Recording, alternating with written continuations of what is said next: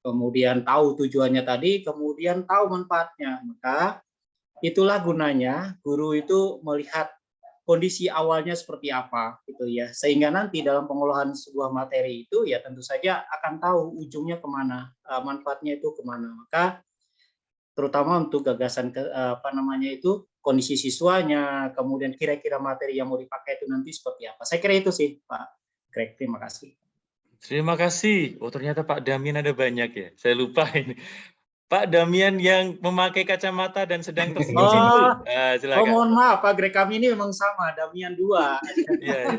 Damian Tidak satu apa-apa, dan Pak. Damian dua Tidak ya. berdosa, tidak mempengaruhi keselamatan ya. Kita Mohon maaf, saya tidak angkat tangan tapi ditanya tadi, sorry banget ya. Sorry banget. Oke, baik, nggak apa-apa. Saya kira sama aja. Kami satu Saya kelas sih sebenarnya mau masalahnya, jawab jadi kami ada yang Dami, ada yang Damian.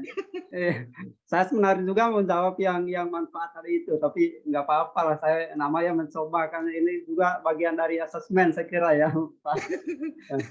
Ya, untuk nomor 4 ya, tantangannya ya.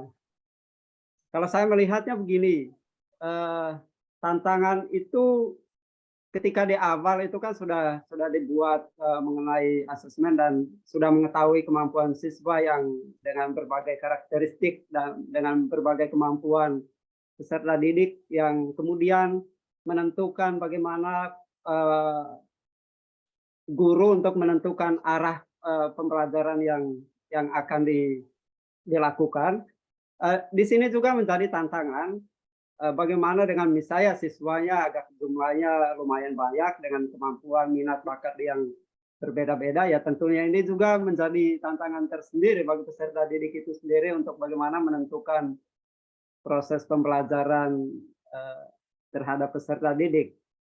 Mungkin seperti itu yang bisa saya coba menjawab, Pak Greg dan Pak Timo. Baik, Pak Timo, silahkan lanjut dulu. Pak Oke. Vincentius Burhan, selanjutnya nanti, Pak. Kalau ada pertanyaan, Bapak siap ya? Silakan, Pak Timo. Baik, terima kasih Bapak Ibu sudah berbagi di awal proses kita pada hari ini untuk memahami sedikit tentang asesmen dan nanti apa yang akan kita buat untuk merancang asesmen itu. Dan dari apa yang disampaikan oleh Bapak Ibu, jelas bagi saya bahwa asesmen ini bukanlah hal baru bagi Bapak Ibu. Dan terutama dalam kurikulum Merdeka sangat ditekankan untuk melaksanakan asesmen awal ini, sehingga nanti guru seperti yang disampaikan tadi ya, setelah mengetahui kira-kira sakitnya seperti apa, lalu nanti mengambil kesimpulan yang tepat, kira-kira nanti obat yang pas itu kira-kira apa untuk masing-masing pribadi peserta didik. Dan kita akan melihat sedikit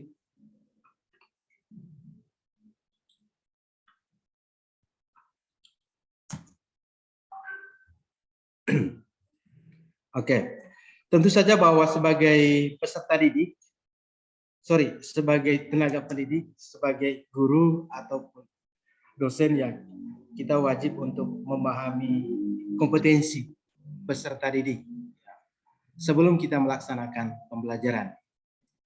Dan dengan melakukan asesmen di awal pembelajaran atau di awal kuliah, diharapkan guru atau dosen dapat mengumpulkan dan mengolah informasi.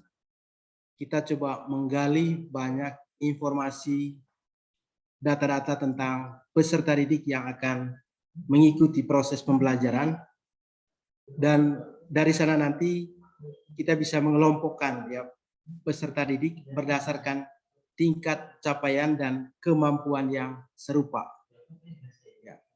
Bahwa masing-masing pribadi adalah unik, banyak sekali di LKPD yang mengangkat soal peserta didik ya sebagai pribadi yang unik, dan melalui asesmen ini kita akan coba memetakan ya,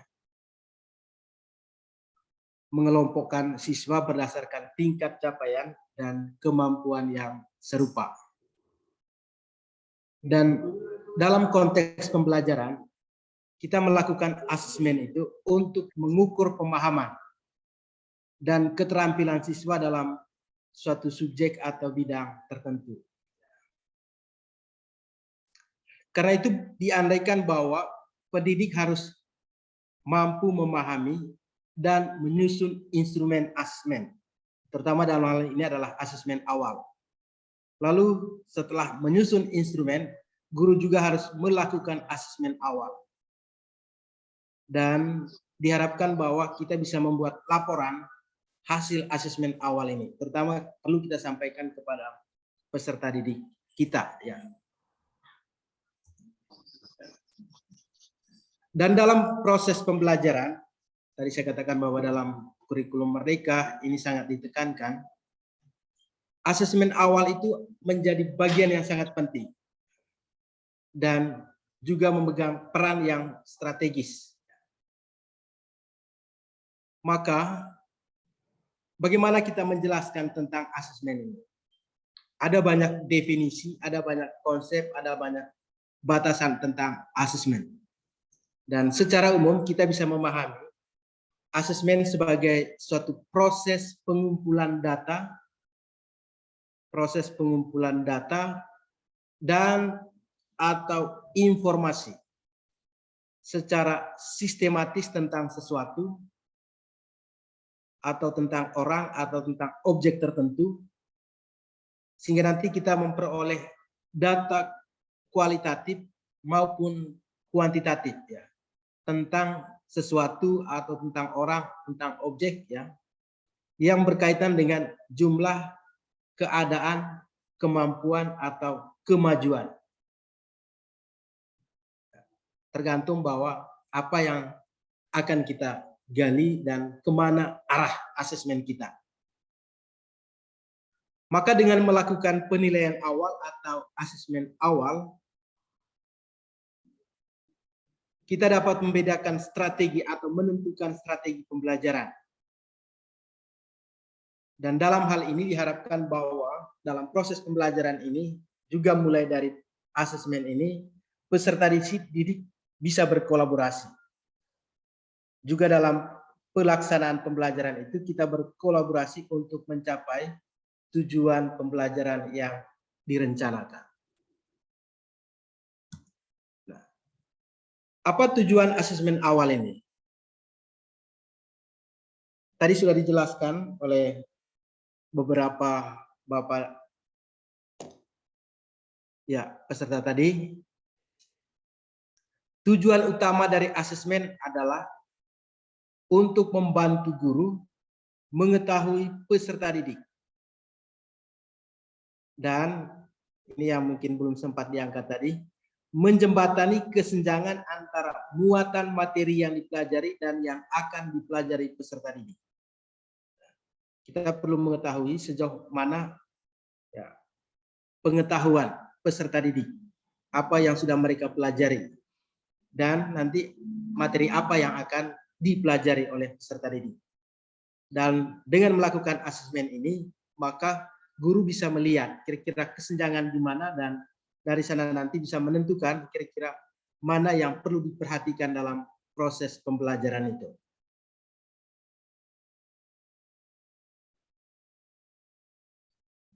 Asesmen awal bertujuan untuk mengidentifikasi kesiapan peserta didik untuk mencapai tujuan pembelajaran yang ditargetkan. Bahwa guru sudah, ya, menyusun atau merencanakan tujuan pembelajaran yang ditargetkan. Oke. Setelah itu guru harus mengetahui kira-kira nanti bagaimana kesiapan peserta didik untuk mencapai tujuan yang sudah direncanakan oleh guru atau peserta didik. Dan untuk itu perlu dilakukan asesmen awal. Maka hasil dari asesmen awal ini akan digunakan sebagai rujukan dalam merencanakan pembelajaran sesuai dengan kebutuhan dan tahapan capaian pembelajaran peserta didik. Melalui asesmen awal ini kita sudah mendapatkan gambaran kira-kira apa yang menjadi kebutuhan peserta didik. Tentu saja bahwa dalam proses ini tadi disampaikan bahwa tantangan dalam asesmen ini adalah peserta didik yang beragam dengan keunikannya masing-masing. Dan bagaimana guru coba berupaya untuk merancang pembelajaran sehingga nanti apa yang menjadi kebutuhan dari masing-masing peserta didik itu paling tidak bisa terpenuhi dalam proses pembelajaran itu. Lalu kira-kira apa manfaat dari asesmen awal itu? Saya mengangkat 3 hal ini. Manfaat asesmen awal itu antara lain memberikan gambaran yang jelas tentang kesiapan peserta didik, minat, keterampilan yang ada. Tadi kita melakukan diagnosa kalau kesehatan sehingga nanti tahu kira-kira yang bersangkutan walaupun misalnya panas, kira-kira dia sakitnya di mana. Oh ternyata dia lambung, maka yang diberikan obat lambung misalnya. Ya. Kita mendapat gambaran yang jelas tentang kesiapan peserta didik. Dan ini tadi berhubungan dengan ya karakteristik masing-masing peserta didik dan juga sejauh mana mereka memiliki ya atau tingkat capaian pembelajaran mereka. Karena itu nanti ya kalaupun kita mengajar di SMA, maka mau tidak mau ya di kelas 1 SMA, maka mau tidak mau kita juga di asesmen awal ini harus memberikan ya katakanlah soal-soal yang mereka sudah pelajari di kelas 3 SMP. Sehingga nanti ada kesinambungan capaian pembelajaran yang mereka peroleh di SMP dan nanti capaian pembelajaran yang akan mereka peroleh ketika berada di SMA. Manfaat yang kedua adalah membantu kesiapan guru dalam memberikan wawasan tentang pengetahuan, keterampilan, dan sikap yang lebih beragam. Nah, dengan asesmen yang dirancang oleh guru, dengan tujuan-tujuan tertentu yang ditetapkan oleh guru, dari sana nanti guru bisa mendapatkan gambaran tentang pengetahuan, keterampilan, atau sikap yang dimiliki oleh masing-masing peserta didik. Dan kemudian karena itu dengan asesmen awal ini, guru akan memilih rencana yang dimodifikasi menurut analisis asesmen awal. Sekali lagi, rencana pembelajaran yang disiapkan mesti memperhatikan hasil dari asesmen awal ini.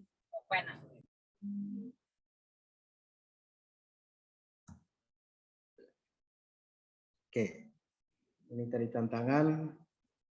Kemampuan peserta didik tadi unik itu menjadi tantangan dan juga menjadi peluang ya untuk memperkaya proses pembelajaran dan juga mungkin untuk menemukan ya metode-metode baru dalam pembelajaran itu. Itu juga menjadi peluang bagi guru kalau di satu sisi ya karakteristik yang beragam itu dilihat sebagai tantangan ya. Nah, dalam proses ini ada 3 hal yang menjadi perhatian kita dalam proses untuk menyusun instrumen asesmen awal ini. Diharapkan bahwa Bapak Ibu bisa untuk merancang asesmen berdasarkan tingkat kesiapan siswa, ketertarikan, dan gaya belajar dari setiap siswa. Kita fokus pada 3 hal ini. Bagaimana tingkat kesiapan siswa, bagaimana ketertarikan siswa, dan gaya belajar dari setiap siswa. Oke. Sebelum saya lanjut, ada hal yang mau ditanyakan atau ada komentar dari Bapak Ibu tentang beberapa hal tadi ya, pengertian sampai dengan tantangan dalam asesmen awal ini. Baik. Halo Pak Greg. Ya, Pak Timo, siap. Jadi Bapak Ibu, kita ini menarik ya. Kita diminta untuk mengenal domba-domba kita ya. Sungguh-sungguh mengenal. Nah, ini. Ada pertanyaan dari Pak Julius Lahagu atau pernyataan. Silahkan Pak Julius Lahagu.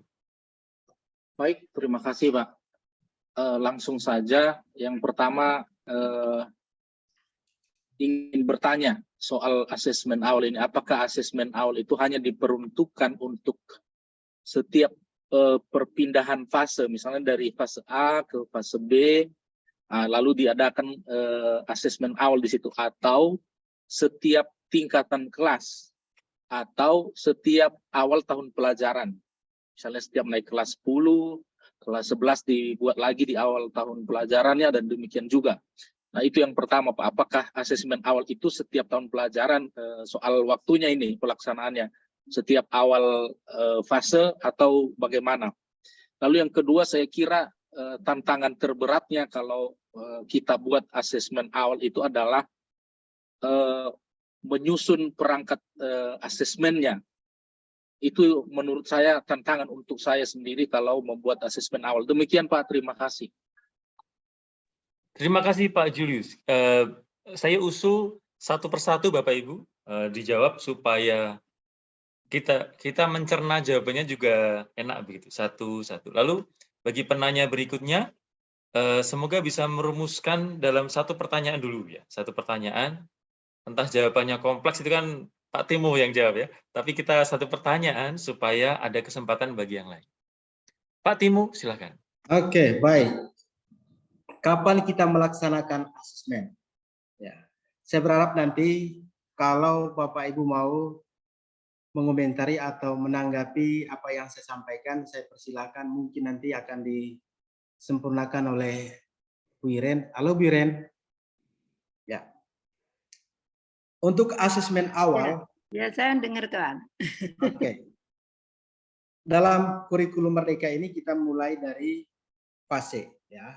Lalu untuk satu fase ada yang ya kita turunkan lagi ke, ada yang 2 kelas, ada yang 3 kelas, bahkan ada satu fase yang hanya untuk satu kelas kalau tidak salah ya. Tetapi yang menjadi penekanan kita di sana adalah dari seluruh proses ini peserta didik diharapkan mereka bisa memiliki ya atau capaian pembelajaran yang diharapkan itu sepenuhnya tersampaikan kepada peserta didik dan peserta didik memahami sepenuhnya capaian pembelajaran itu ya. Untuk masing-masing fase. Lalu dalam proses pembelajaran ini kira-kira kapan kita melaksanakan asesmen awal ini? Apakah nanti antar fase, misalnya di SD kalau mereka sudah ya di kelas 2 misalnya, ini hanya contoh saja, ketika nanti masuk kelas 3 baru melakukan asesmen awal.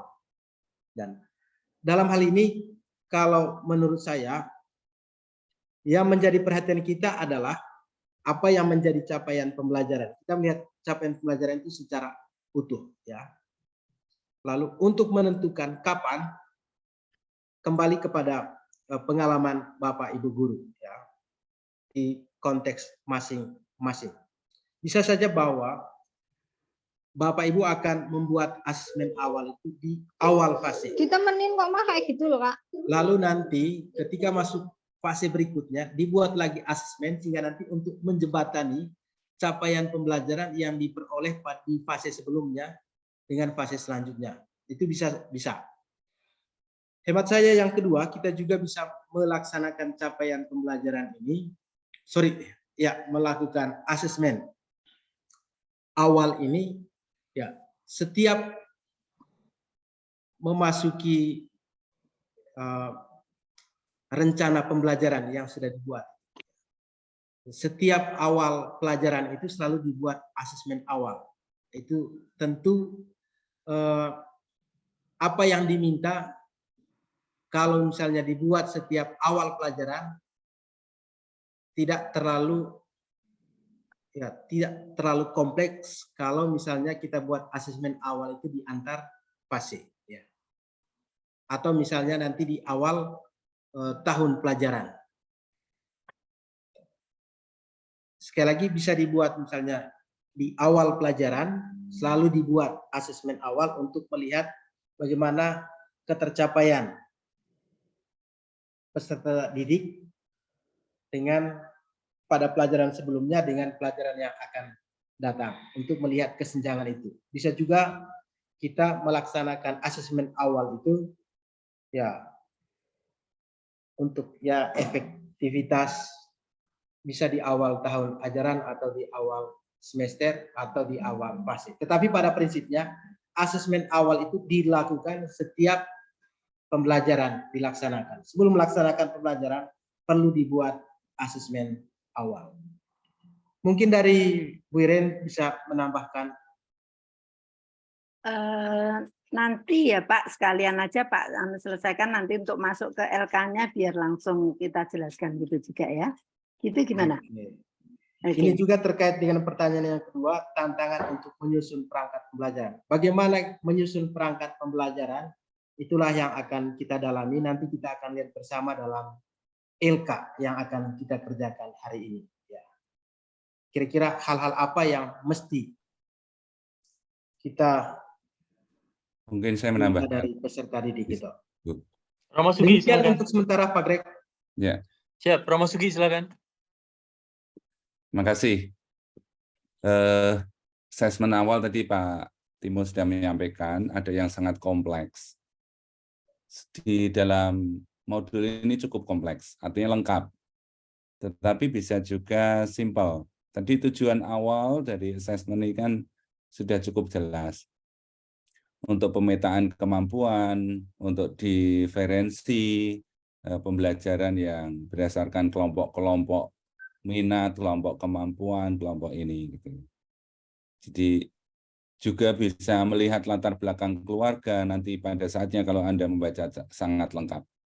Atau semangat atau metode belajar atau ini.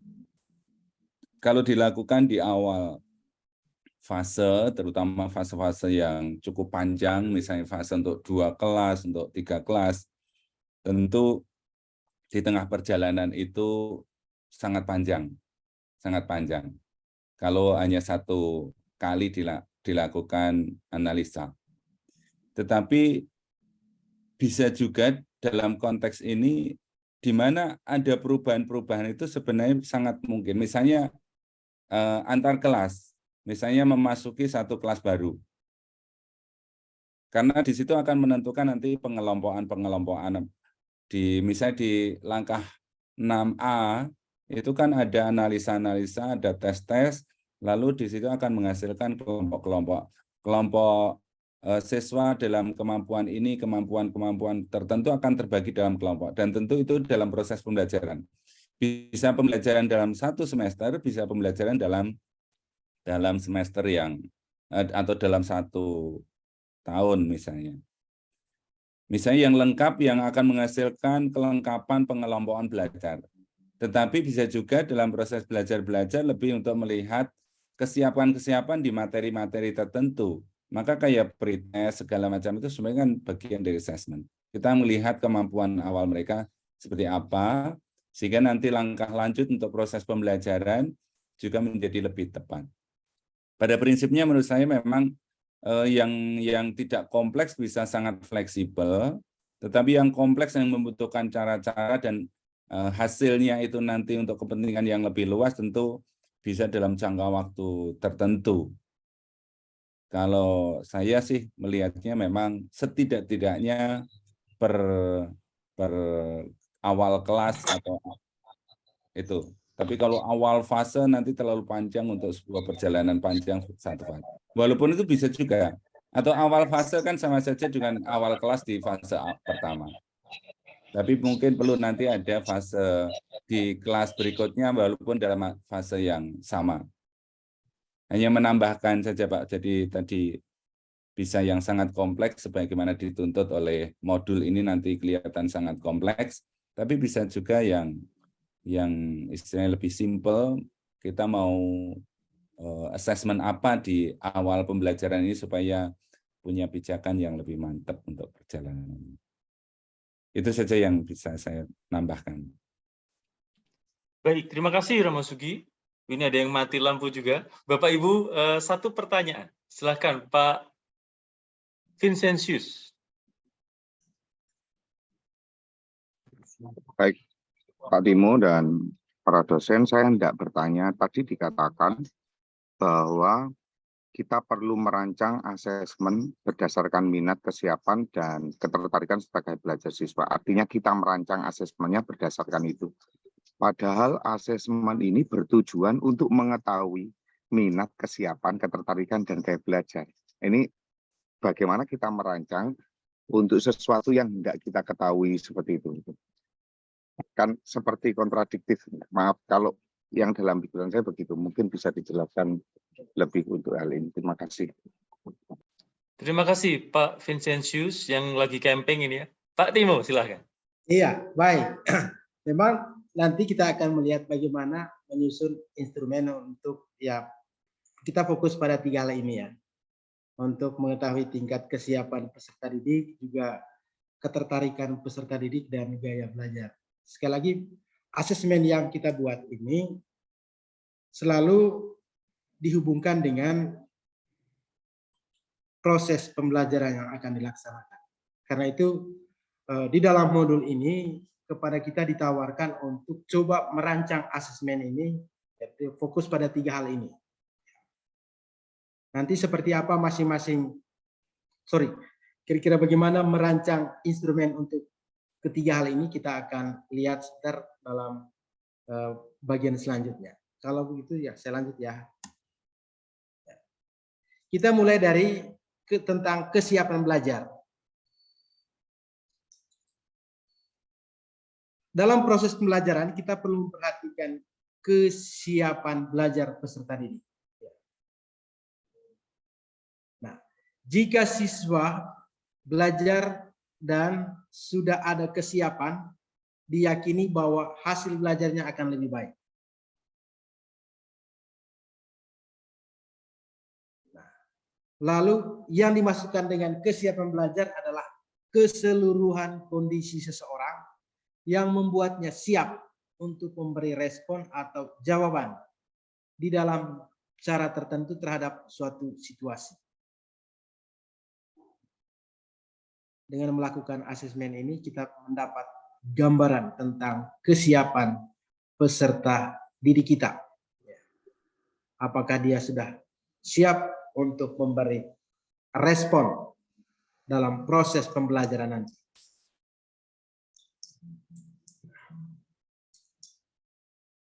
Sehingga siswa yang memiliki kesiapan untuk belajar, tentu dia sudah mempunyai pengetahuan mengenai apa yang akan dipelajari dan memahaminya, serta juga memiliki keterampilan. Maka akan dipastikan yang bersangkutan akan sukses dan bisa mencapai tugas, ya, mengerjakan tugas yang diberikan dalam proses pembelajaran itu.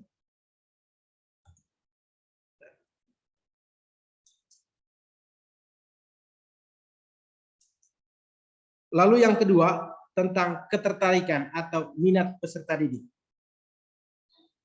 Ketertarikan merupakan faktor terbesar dari dalam diri seseorang dalam memotivasi untuk belajar. Ya, guru yang bijak akan menghubungkan konten yang dipelajari dengan ketertarikan dari siswanya. Dan ada beberapa faktor yang mempengaruhi ketertarikan atau minat siswa dalam proses pembelajaran itu. Yang pertama adalah pengalaman masa lalu. Yang kedua, lingkungan. Yang ketiga, bakat. Yang keempat, nilai. Dan yang kelima, bagaimana dia menjalin hubungan atau relasi. Dan ada beberapa manfaat ketika kita mengetahui minat yang tinggi dari peserta didik.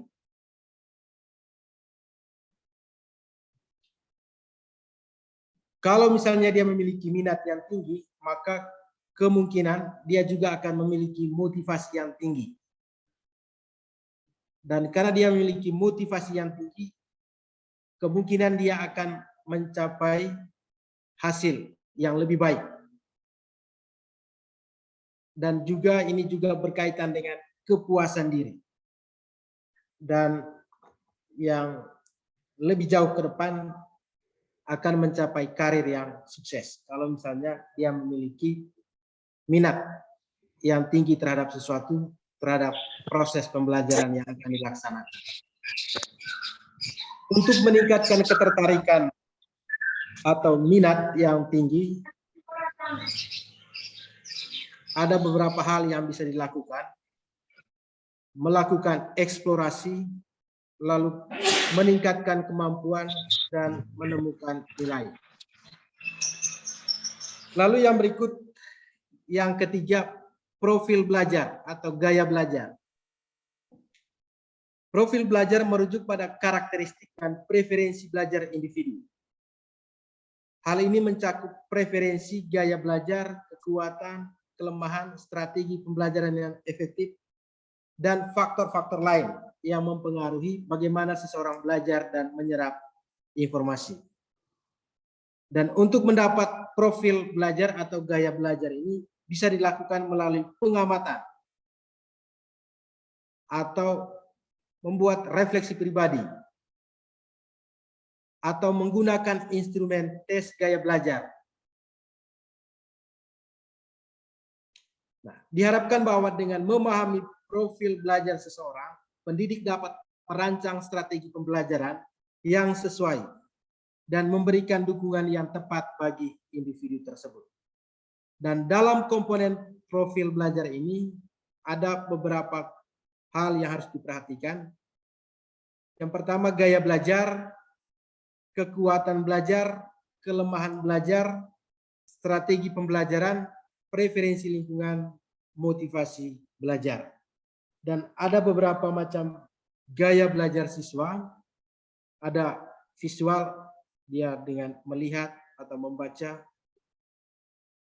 atau dia dengan mendengarkan ceramah atau melakukan diskusi. Atau yang ketiga itu kinestetik, bergerak.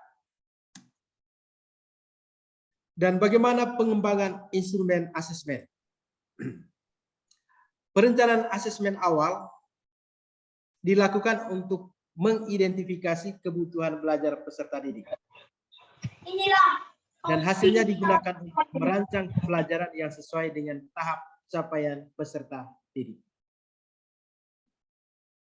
Dan dalam hal ini, pendidik atau guru memiliki keleluasan untuk menggunakan berbagai teknik dan instrumen. Ada banyak teknik, ada banyak cara untuk melakukan asesmen awal ini. Tetapi kita perlu mempertimbangkan beberapa hal.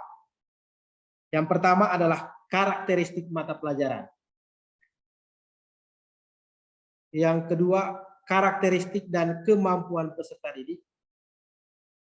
Yang ketiga, capaian pembelajaran. Yang keempat, tujuan pembelajaran. Dan yang kelima, sumber daya pendukung yang tersedia. Dan hari ini sekali lagi kita akan fokus untuk melihat bagaimana instrumen kesiapan belajar, bagaimana instrumen ketertarikan atau minat, dan setelah melakukan asesmen awal ini harus ada tindak lanjut. Salah satunya adalah menyesuaikan strategi pembelajaran agar sesuai dengan kebutuhan belajar peserta didik. Tetapi bahwa yang menjadi catatan perlu kita perhatikan bersama adalah dalam melakukan pembelajaran terdiferensiasi, pengelompokan peserta didik berdasarkan capaian atau hasil asesmen tidak mengarah pada terbentuknya persepsi tentang pengkategorian peserta didik ke dalam kelompok yang pintar dan tidak pintar. Dan bagaimana kita menyusun instrumen untuk melaksanakan asesmen awal ini, kita akan dengar bersama dari Ibu Iren. Baik, Pak Timo, Bapak Ibu, masih ada 3 pertanyaan Pak Timo. Berkenan menjawab dulu sebelum ke Ibu Irin. Baik, saran saya ya Pak Greg, boleh nggak kalau nanti aja sambil kita diskusi gitu, kalau sudah di LK-nya begitu, gimana Pak Timo? Baik,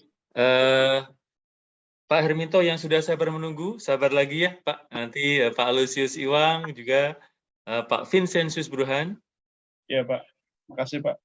Simpan pertanyaan untuk nanti ada diskusi bersama setelah Bu Irin. Memang itu untuk efisien waktu juga. Ya, betul. Pengalaman saya mungkin tidak semua terpuaskan pertanyaannya, tapi kita lakukan sesuai order begitu ya, supaya tahap demi tahap begitu. Ya semoga bisalah memuaskan semua, tapi walaupun itu susah ya. Mari Bu Irin, langsung kita lanjut ke Bu Irin. Bapak Ibu pertanyaan disimpan. Silahkan Ibu. Ya. Pertama-tama terima kasih Pak Timo, tadi sudah menyampaikan dengan sangat bagus menurut saya. Hal-hal juga sudah cukup mendetail begitu apa yang menjadi teorinya, kemudian nanti saya mencoba untuk mempraktekkannya begitu ya Bapak Ibu, sesuai dengan LK yang kita dapatkan dari LMS gitu. Oke, sebelumnya saya mau membuka sedikit terkait dengan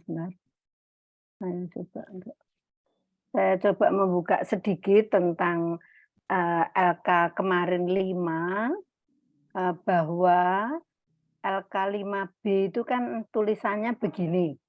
Jadi nomor, kemudian tujuan pembelajaran, diskusi, petunjuk belajar, kemudian CP dan TP. Ya agaknya ini memang sungguh membingungkan, kenapa kok di sini di nomor 4 itu tulisannya CP dan TP. Nah, ini kan kita memang mendownload dari LMS dari Kemenak ya. Tapi setelah kami pikir bahwa ini kan sebetulnya bukan CP dan TP, tetapi yang dimaksud adalah KKTP. KKTP kriteria ketercapaian tujuan pembelajaran. Namun demikian, KTP itu nanti munculnya sebetulnya di LK7 begitu. Jadi ya memang cukup membingungkan. Tidak apa-apa Bapak Ibu, tidak ada yang salah.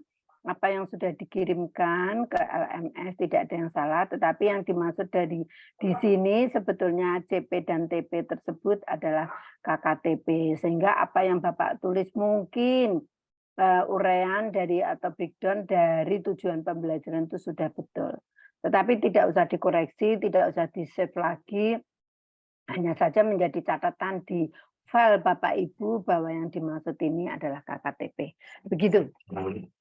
Nah, oke, saya rasa cukup di situ. Kemudian saya masuk di LK6A. Ya, ini LK6A. Jadi Bapak Ibu seperti yang diterangkan Pak Timo tadi, kita di sini menambahkan sedikit petunjuk bahwa hasil asesmen awal di sini nanti isikan dari 3 siswa setelah guru melakukan asesmen awal dengan simulasi membuat tes. Tesnya diambil dari mana? 2 soal dari kompetensi yang sudah diajarkan sebelumnya, 6 soal dari kompetensi yang akan diajarkan, dan 2 soal dari kompetensi lanjutan. Jadi Bapak Ibu begini, sebetulnya asesmen awal ini bisa dilakukan per fase, bisa dilakukan setelah ulangan atau setelah materi selesai. Kalau Bapak Ibu membuat post-test bentuk ulangan begitu bisa.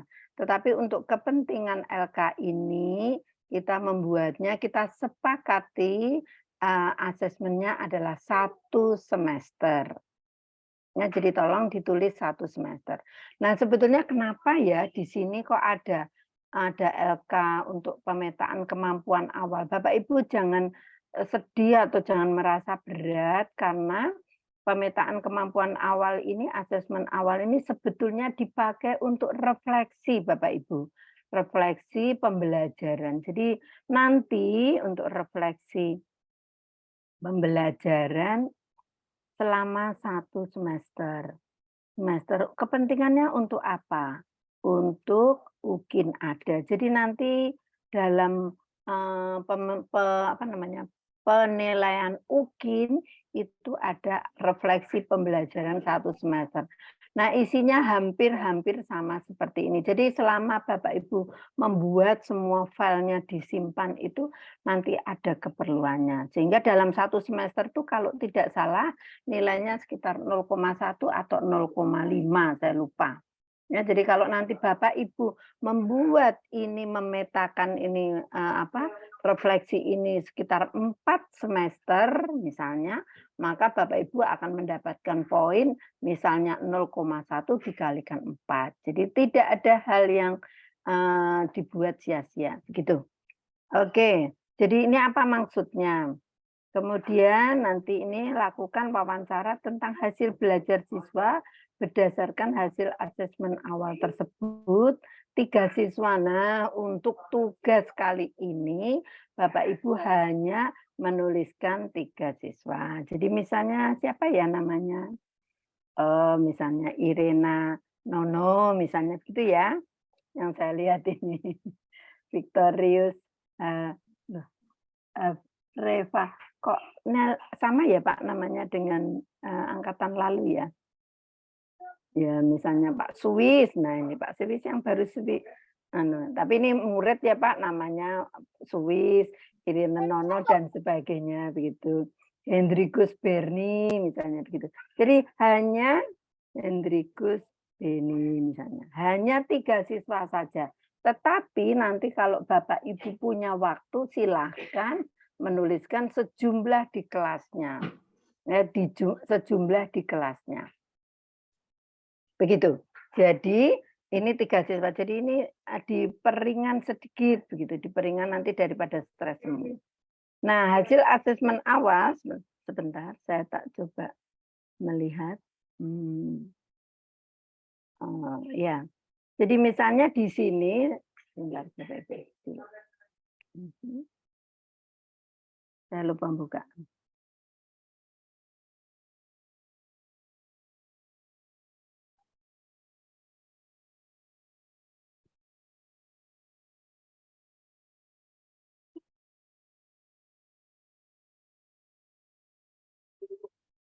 Bentar.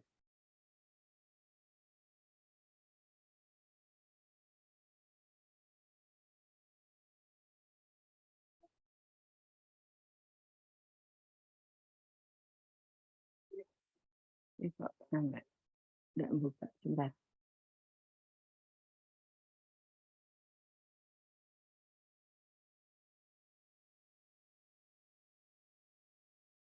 Ya. 6A. Oke. Ya, jadi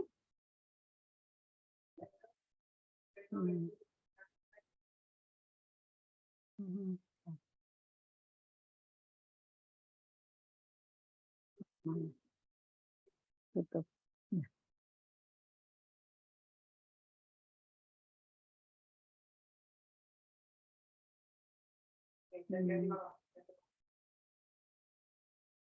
Nah, saya tak keluar. Oke, lagi. Ya, jadi nanti Bapak Ibu menuliskan di sini perintahnya adalah guru melakukan asesmen awal dengan simulasi membuat tes dengan 2 soal kompetensi yang sudah diajarkan. Jadi caranya tuh begini Bapak Ibu. Bapak Ibu saya tulis di sini ya. Jadi caranya membuat mencari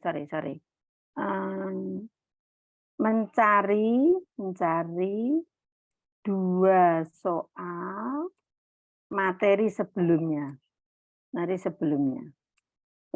Jadi contohnya materi sebelumnya. Contohnya misalnya hari ini saya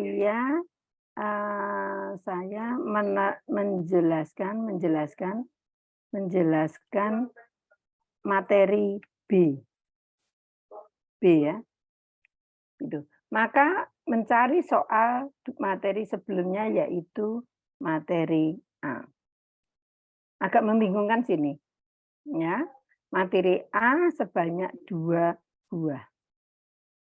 Kemudian mencari membuat materi B sama dengan 6 buah soal. 6 soal. Kemudian merancang materi C sama dengan 2 soal. Nah, caranya begitu Bapak Ibu. Ya. Kemudian siswa ini dikelompokkan. Jadi di sini dikelompokkan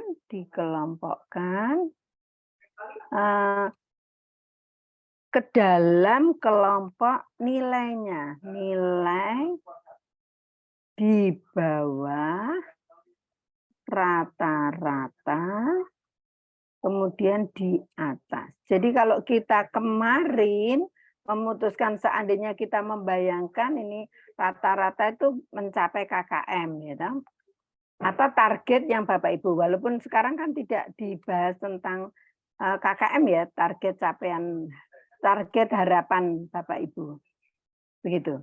Ya, misalnya di sini kita kelompokkan si. Nah, nanti Bu Irin tersinggung ya, saya ganti aja. Ana misalnya ya, ini kok ada juga Pak Nana? Ada Berta misalnya. Terus kemudian ini Chandra misalnya begitu. Nah, kita coba kelompokkan hasil asesmen awal ini. Ana itu bagaimana? Ana bernilainya di bawah rata-rata misalnya gitu. Kemudian Beni nilainya di atas rata-rata. Kemudian di sini contoh adalah nilainya rata-rata. Ya, begitu. Nah, ini dasarnya adalah nilai sebelumnya. Jadi dasarnya adalah nilai sebelumnya. Jadi ulangan-ulangan materi sebelumnya itu bagaimana. Kemudian ulangan materi ini bagaimana. Kemudian kita di sini menuliskan latar belakang. Latar belakang keluarga, lakukan wawancara siswa dalam kelas, tuliskan 3 siswa berasal dari yang sangat lengkap, kemudian kurang lengkap. Jadi misalnya di sini sarana dalam keluarga lengkap misalnya. Lengkap. Ya, walaupun misalnya nih si anak ini di bawah rata-rata, padahal satu sisi dia lengkap begitu. Ini di atas rata-rata misalnya sarana kurang lengkap. Bisa jadi seperti itu. Lengkap dalam hal apa itu dituliskan. Ya, karena tersedia misalnya WiFi, jaringan bagus misalnya. Terus kemudian ada HP misalnya, ada internet di rumah, ini termasuk lengkap ya. Kalau misalnya ya, Wirin yang kurang lengkap itu mungkin di ini Bu. Yang di bawah itu kan yang setelah Ana itu loh Bu. Setelah Ana, nah itu sarana kurang lengkap, tersedia WiFi, jaringan bagus. Oh, sorry. Iya. Ya. Oke, sorry Pak. Ya, betul ya. Saya enggak apa-apa nanti lengkap. Nah, ya betul Pak. Nih ya, misalnya ini kurang lengkap berarti tidak ada WiFi, tapi ada apa ya? Ada HP ya. Jadi ada HP itu cukup ya. Misalnya kurang lengkap. Ada HP mungkin enggak ada HP ini sarana tidak lengkap ya berarti. Ini apa? Definisinya sebentar. Lengkap, sangat lengkap, kurang. Oh, sangat lengkap ya. Sarana sangat lengkap. Nah, misalnya sangat lengkap. Sangat lengkap ada WiFi ya, misalnya ini tidak lengkap. Tidak lengkap. Nah, misalnya tidak punya HP ya. ikut di sekolah, ikut teman misalnya ya, teman untuk untuk mencari tugas ya terkait dengan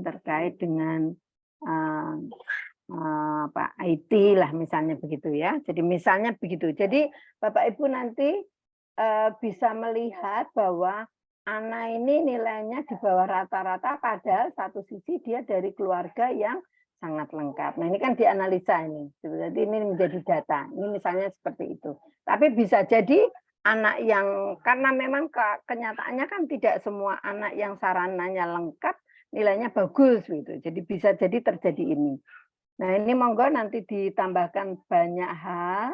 Kemudian yang terkait ini atau listriknya bagaimana, terus transportasinya bagaimana, ini sangat tersedianya buku di internet dan sebagainya, di rumah ada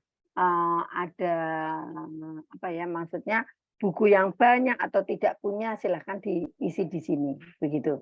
Kemudian potensi yang menonjol prestasi sebelumnya, lakukan wawancara kepada siswa dalam kelas, lakukan menonjol. Nah, prestasinya apa? Jadi Bapak Ibu bisa menuliskan, misalnya dia pandai berdiskusi, bisa memimpin teman, misalnya begitu ya.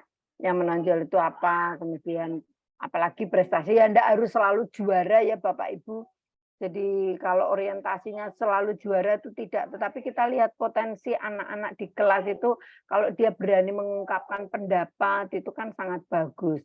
Nah, jadi tidak selalu orientasi ke juara, tetapi mengungkapkan pendapat, mau menolong berdiskusi teman, mau mendengarkan teman, silakan Bapak Ibu sendiri yang pasti akan bisa memenuhi.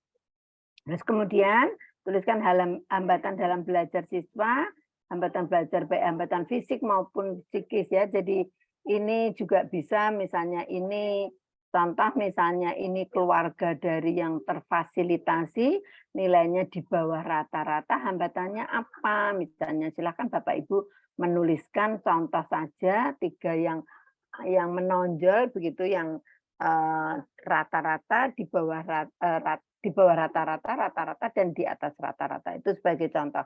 Tetapi nanti kalau Bapak Ibu punya waktu, maka silakan untuk menuliskan 1 kelas gitu. Oke, hambatan dalam belajar apa? Di sini contohnya misalnya fisik ada kacamata harusnya misalnya -5, tetapi kacamatanya hanya belum diganti, itu juga termasuk hambatan-hambatan dalam belajar. Kemudian hambatan yang lain ya misalnya bisa jadi sekolah kalau lampunya tidak terang itu menjadi hambatan enggak ya? Hambatan dalam belajar, ya bisa ya, berarti bisa. Jadi misalnya di sekolahnya itu lampunya gelap, itu termasuk ya, psikis. Kalau ini fisik dan psikis.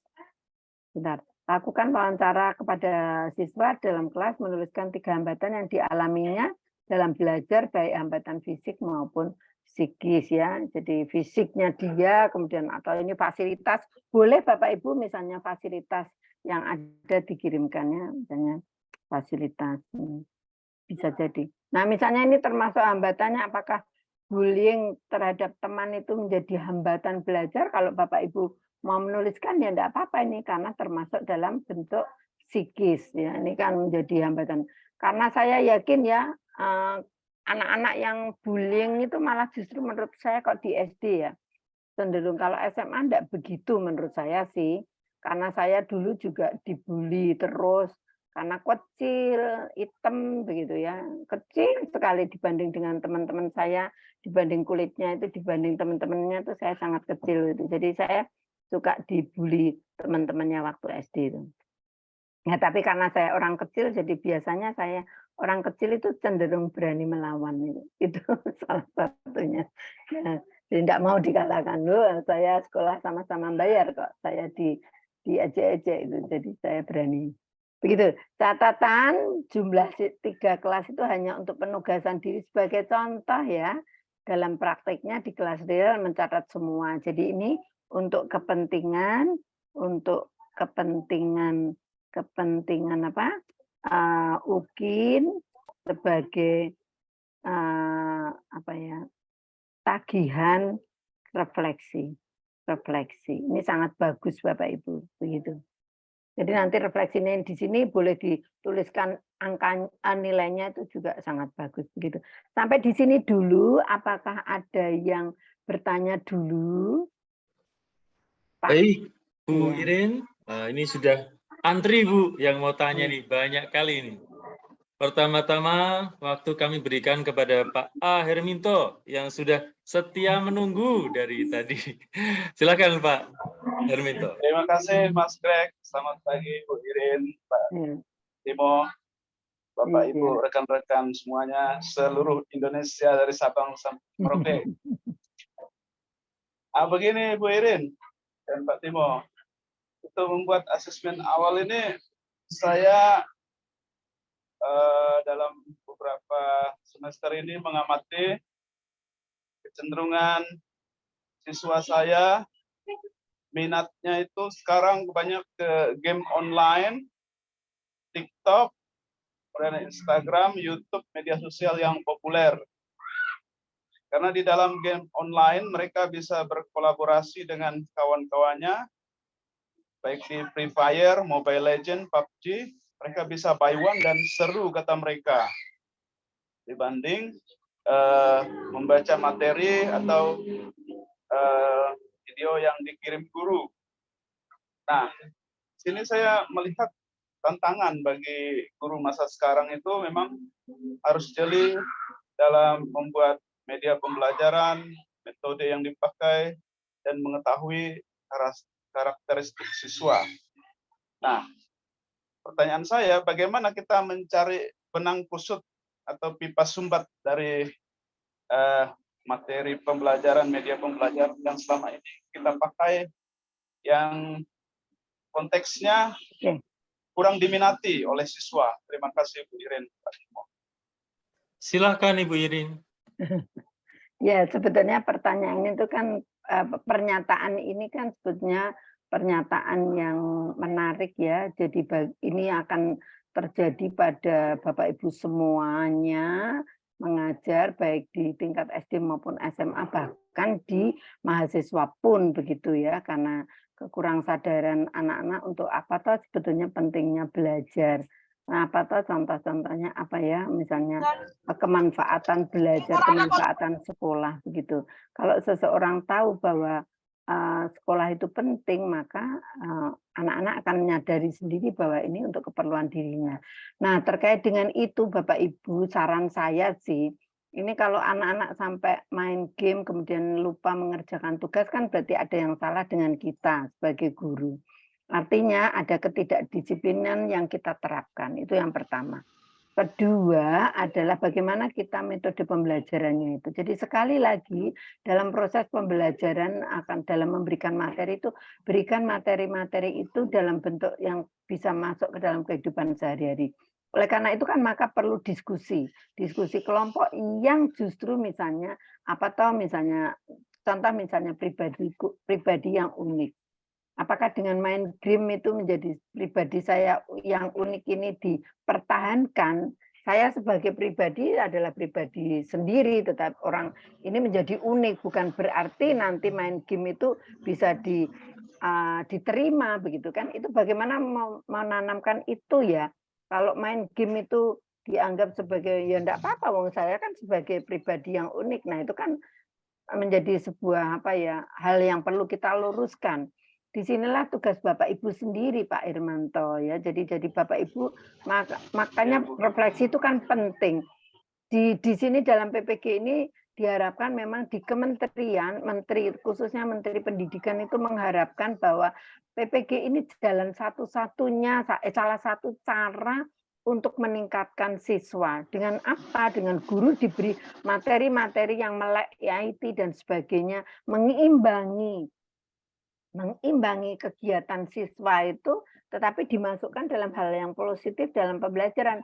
Contoh saya dengan umur sekian ini sebetulnya bisa saja saya enggak mau, ya udahlah saya juga sudah cukup, golongan saya sudah begini, saya sudah cukup lektor, kemudian saya juga sudah secara apa ya, anak saya sudah cukup berhasil, kemudian saya juga sudah cukup itu saya tidak mau belajar tidak seperti itu begitu. Saya juga malu kalau di hadapan mahasiswa saya tidak bisa IT, itu saya malu. Jadi walaupun saya tidak bisa membuat hal-hal yang bagus, terus terang ya Bapak Ibu, kemarin Mas Bram itu menerangkan dengan Canva. Saya itu belum pernah loh menjelaskan memakai Canva di dalam proses pembelajaran saya selalu pakai PPT. Kemarin saya baru lihat, tapi pada saat mahasiswa saya presentasi, saya komentari, lah kok presentasimu enggak bagus kayak seperti itu, saya agak kejam begitu. Gimana ini skala dengan Bu Irin, padahal saya itu enggak bisa. Tapi mereka memotivasi, paling tidak saya sudah mulai membuat, saya melihat bagaimana saya mencoba membuka di YouTube bagaimana cara membuat PPT yang baik dan sebagainya, itu saya terapkan. Saya tidak bisa mengikuti 100% kemajuan anak-anak, tetapi sepaling tidak saya berusaha. Ini yang saya mau tekankan kepada Bapak Ibu guru ya. Jadi Bapak Ibu itu. Terima kasih. Ya, semangat ya Pak. Oke. Ya, makasih Bu Irin. Oke, sudah Pak. Apa ada lagi? Pak Aloysius Iwang, silahkan. Baik, terima kasih Pak Greg. Selamat pagi semuanya rekan-rekan. Saya ada 3 pertanyaan. Yang pertama ini bisa ditujukan ke Pak Timo juga. Asesmen awal itu salah satu arahnya kan menemukan gaya belajar anak ya. Tadi disebutkan ada auditori, ada kinestetik, ada kemudian visual. Nah, apakah mungkin ditemukan anak itu mempunyai multi gaya belajar? Itu yang pertama. Lalu mungkin bisa dijelaskan bagaimana asesmennya juga nanti. Yang kedua, Ibu Irin, saya kan ada di fase D ya. Saya di fase D, saya di SMP. Nah, saya dan mungkin bagian besar rekan-rekan itu di kelas 7 ya, di kelas 7. Nah, kita akan fokus dari awal. Nah, kita kan belum ketemu sama murid-murid yang baru ini, Bu. Mungkin bisa dijelaskan teknisnya nanti bagaimana, atau mungkin ada solusi yang lain yang kita bisa lakukan. Itu yang kedua. Yang ketiga, tadi kalau tidak salah, saya mendengar Bu Iren kita sepakati asesmen itu dalam 1 semester ya Bu ya. Nah, namun tadi Bu Iren memberikan contoh itu asesmen berdasarkan materi, menggambarkan tadi menjelaskan, mencontohkan materi B, kalau sekarang kita materi B, yang sebelumnya yang A gitu ya Bu ya, terus kemudian yang C. Nah, kalau saya melihat kalau kita asesmennya berdasarkan materi, karena materi itu bisa berada di dalam 1 semester Ibu. Nah, ini mungkin bisa dijelaskan lebih lanjut. Menurut saya begitu Ibu. Terima kasih. Terima kasih Pak Aloysius Iwang. Bu Irin, ini karena Pak Timo mohon izin untuk sosialisasi aplikasi PAK, yang nanti bisa membantu kita juga. Apabila Ibu Irin berkenan, silahkan menjawab ketiga-tiganya dengan sukacita. Silahkan Ibu. Ibu Irin rupanya masih mute. Ibu masih mute, Ibu. Itu silahkan Ibu.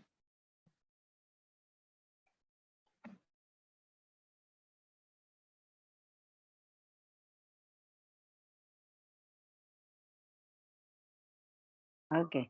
Ya, Bapak Ibu sebetulnya nanti di LK6 itu sudah ada diberikan link-link kalau Bapak Ibu membaca, ini saya jawab yang ini dulu ya. Kalau kita membaca tentang LK6, maka di situ sudah diberikan link gaya belajar. Jadi ini saya copy LK6 ini di sini sudah ada penjelasannya. Saya copy yang ini ya, satu dulu gaya belajar, kemudian saya stop share. Saya coba masuk di sini. Oh, sebentar.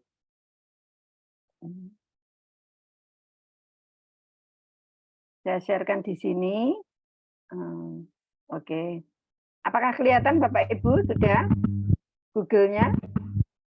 Sudah ya? Sudah, Bu, sudah. Sudah, ini saya klik, saya Sudah. kopikan di Sudah, sini, Bu. saya klik, kemudian saya ini. Jadi Bapak Ibu nanti berikan kepada siswa, 3 siswa begitu. Bapak Ibu seandainya tidak ada waktu dan belum punya murid, maka berikanlah pada siswa acak atau Bapak Ibu sendiri, monggo. Kan ini hanya untuk latihan ya tujuannya. Nanti akan Bapak Ibu buat ini untuk kepentingan selanjutnya. Tetapi bagaimana keadaannya kalau memang tidak ada murid? Nah itu. Jadi tulislah namanya kan bebas tadi. Jadi contoh ini Bapak Ibu berikan link kepada siswa, kemudian gaya belajar apa. Ketika saya mengoperasikan peralatan baru, saya biasanya belajar. Ini saya awur aja ya. Saya awur aja.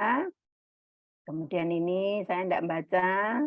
Nah ini, kemudian ini Pak, ini sudah disediakan, ini sudah enak, kita tidak buat instrumennya. Ini Bapak Ibu juga bisa pakai sebagai penelitian nanti ya. Jadi bagaimana gaya belajar siswa. Jadi semua itu kalau kita mau memanfaatkan apa yang ada itu kita bisa Pak dengan positif. Oh ini kok tidak ada dikasih tugas buat gaya belajar kayak gini merepotkan, tidak. Tetapi kalau Bapak lihat ini di balik apa positifnya pasti akan ada gitu. Jadi contoh ini selanjutnya tanyanya berapa saya tidak tahu.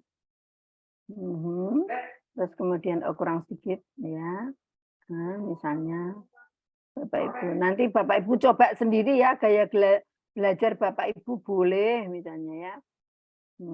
Kemudian misalnya ini. Oke, ini. Oke, lihat hasil, ya. Lihat hasil, bla. Ya, ini auditori ya. Jadi di sini tadi muridnya Bu Irin itu auditori, itu saya masukkan di sini tadi. Tadi mana? Nah ini nanti gaya belajarnya tadi auditori gitu. Nah, nama siswanya siapa? Nama siswanya tadi Ana misalnya. Lanjut aja terus gitu ya. Minatnya apa? Di sini apakah ada minat? Enggak? Coba kita. Kemampuan. Nah, ini ada Bapak Ibu ya di kolom di posisi F itu ada minat. Ini caranya copy saja. Copy, kemudian masukkan di mana tadi di Google. Kemudian nanti diklik, banyak sekali kayaknya minat itu ada 12 halaman atau apa, enggak apa-apa ya. Jadi belajar Bapak. Kalau perlu Bapak Ibu coba deh untuk Bapak Ibu sendiri gitu. Jadi nanti minatnya apa gitu ya. Nah, kemudian ini tadi saya kembali lagi Pak Iwan. Tadi sebetulnya ini tuh kita mengacu pada materi yang sebelumnya. Paling tidak seorang guru kan asesmen awal berarti punya data awal ya. Data awal. Jadi contoh misalnya contohnya gimana Bu? Wong saya ini kelas 7 saya mau mengincar atau merancang nanti saya tuh kelas 7 terus. Sedangkan ini kan belum ajaran baru. Nah, bisa Bapak Ibu ngambilnya dari mana? Misalnya materi A sebelumnya dari nilai raport. Misalnya begitu dulu boleh. Nilai raport. Nah, misalnya begitu dulu. Boleh kalau kelas 7 begitu. Gimana caranya? Pokoknya penting Bapak Ibu tuh punya konsepnya bahwa ini diambil 2 soal sebelumnya ya. Jadi 2 soal sebelumnya tuh misalnya Bapak Ibu mengambil soal nomor 1 dan nomor 5 begitu. Oh, nilainya bagaimana? Di bawah rata-rata atau di atas rata-rata. Jadi cara membayangkan begitu. Kemudian nanti kalau ini kelas 7, nah ini juga agak repot ya materi ini, atau misalnya Bapak, nah ini memang agak repot ya. Contohnya kalau kelas 7 ya. Jadi ambil nilai kelas 7, ambil nilai kelas 6, nilai raportnya. Nah, kalau ini bagaimana Bu? Ya, oke ya. Sebaiknya gimana? Sebaiknya jangan kelas 7 ya. Saran saya.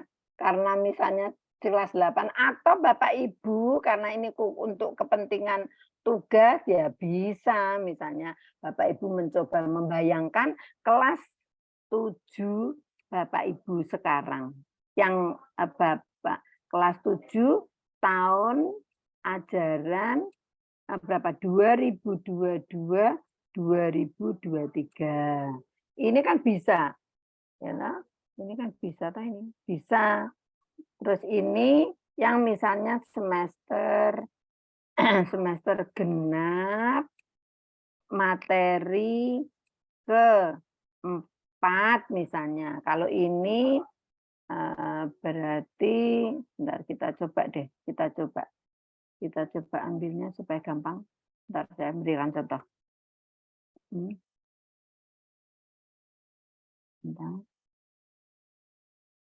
Saya ambil ini. Ya, supaya gampang ya. Contoh kelas 7 semester genap materi ke-3. Nah, misalnya gini. Nah, ini misalnya. Materi genap semester materi ke-4. ke-5. Kalau dengan contoh ini agak jelas apa enggak ya, Pak ya? Bapak Ibu? Berarti itu masih dalam satu semester, Bu. Ya, gambaran saya itu misalnya kita berada posisinya di kelas 8 lah ya taruh ya. Bukan, di kelas 7. Di kelas 7 semester 1. Berarti kalau itu semester berarti ini, yang Pak, soal A-nya ada di kelas 6, Bu. Ya, Sedangkan itu nanti soal C-nya ada di kelas semester ya. Ini memang 2. Oke. Ini kan memang kesulitannya untuk tahun ajaran baru ya Pak. Kalau itu kan memang agak susah. Susahnya kan kita nanti belum juga mengajar tetapi dimintain data. Oleh karena itu kita coba deh yang penting konsep berpikirnya bahwa ini diambil dari materi sebelumnya, kemudian materi sesudahnya. Jadi dalam materi sebelumnya itu di semester yang sama boleh Bapak Ibu, boleh. Tapi seandainya misalnya di sini Bapak Ibu ambil ya misalnya semester semester apa nih? Semester genap ya, genap kalau ini. Ini ya, coba ini kan contoh 1. Misalnya ini semesternya contoh 2 misalnya semester berarti kemarin kan gasal ya semester 1 materi ke-5 ya toh akhir kemudian semester 2 materi ke-3 kemudian semester 2 materi ke-4 bisa. Yang penting sebelum dan sesudahnya, Pak. Jadi yang saat ini diajar. Ini saat ini diajarkan. Nah, begitu. Ini yang menjadi pokoknya. Jadi posisi di sini yang saat ini diajar, kemudian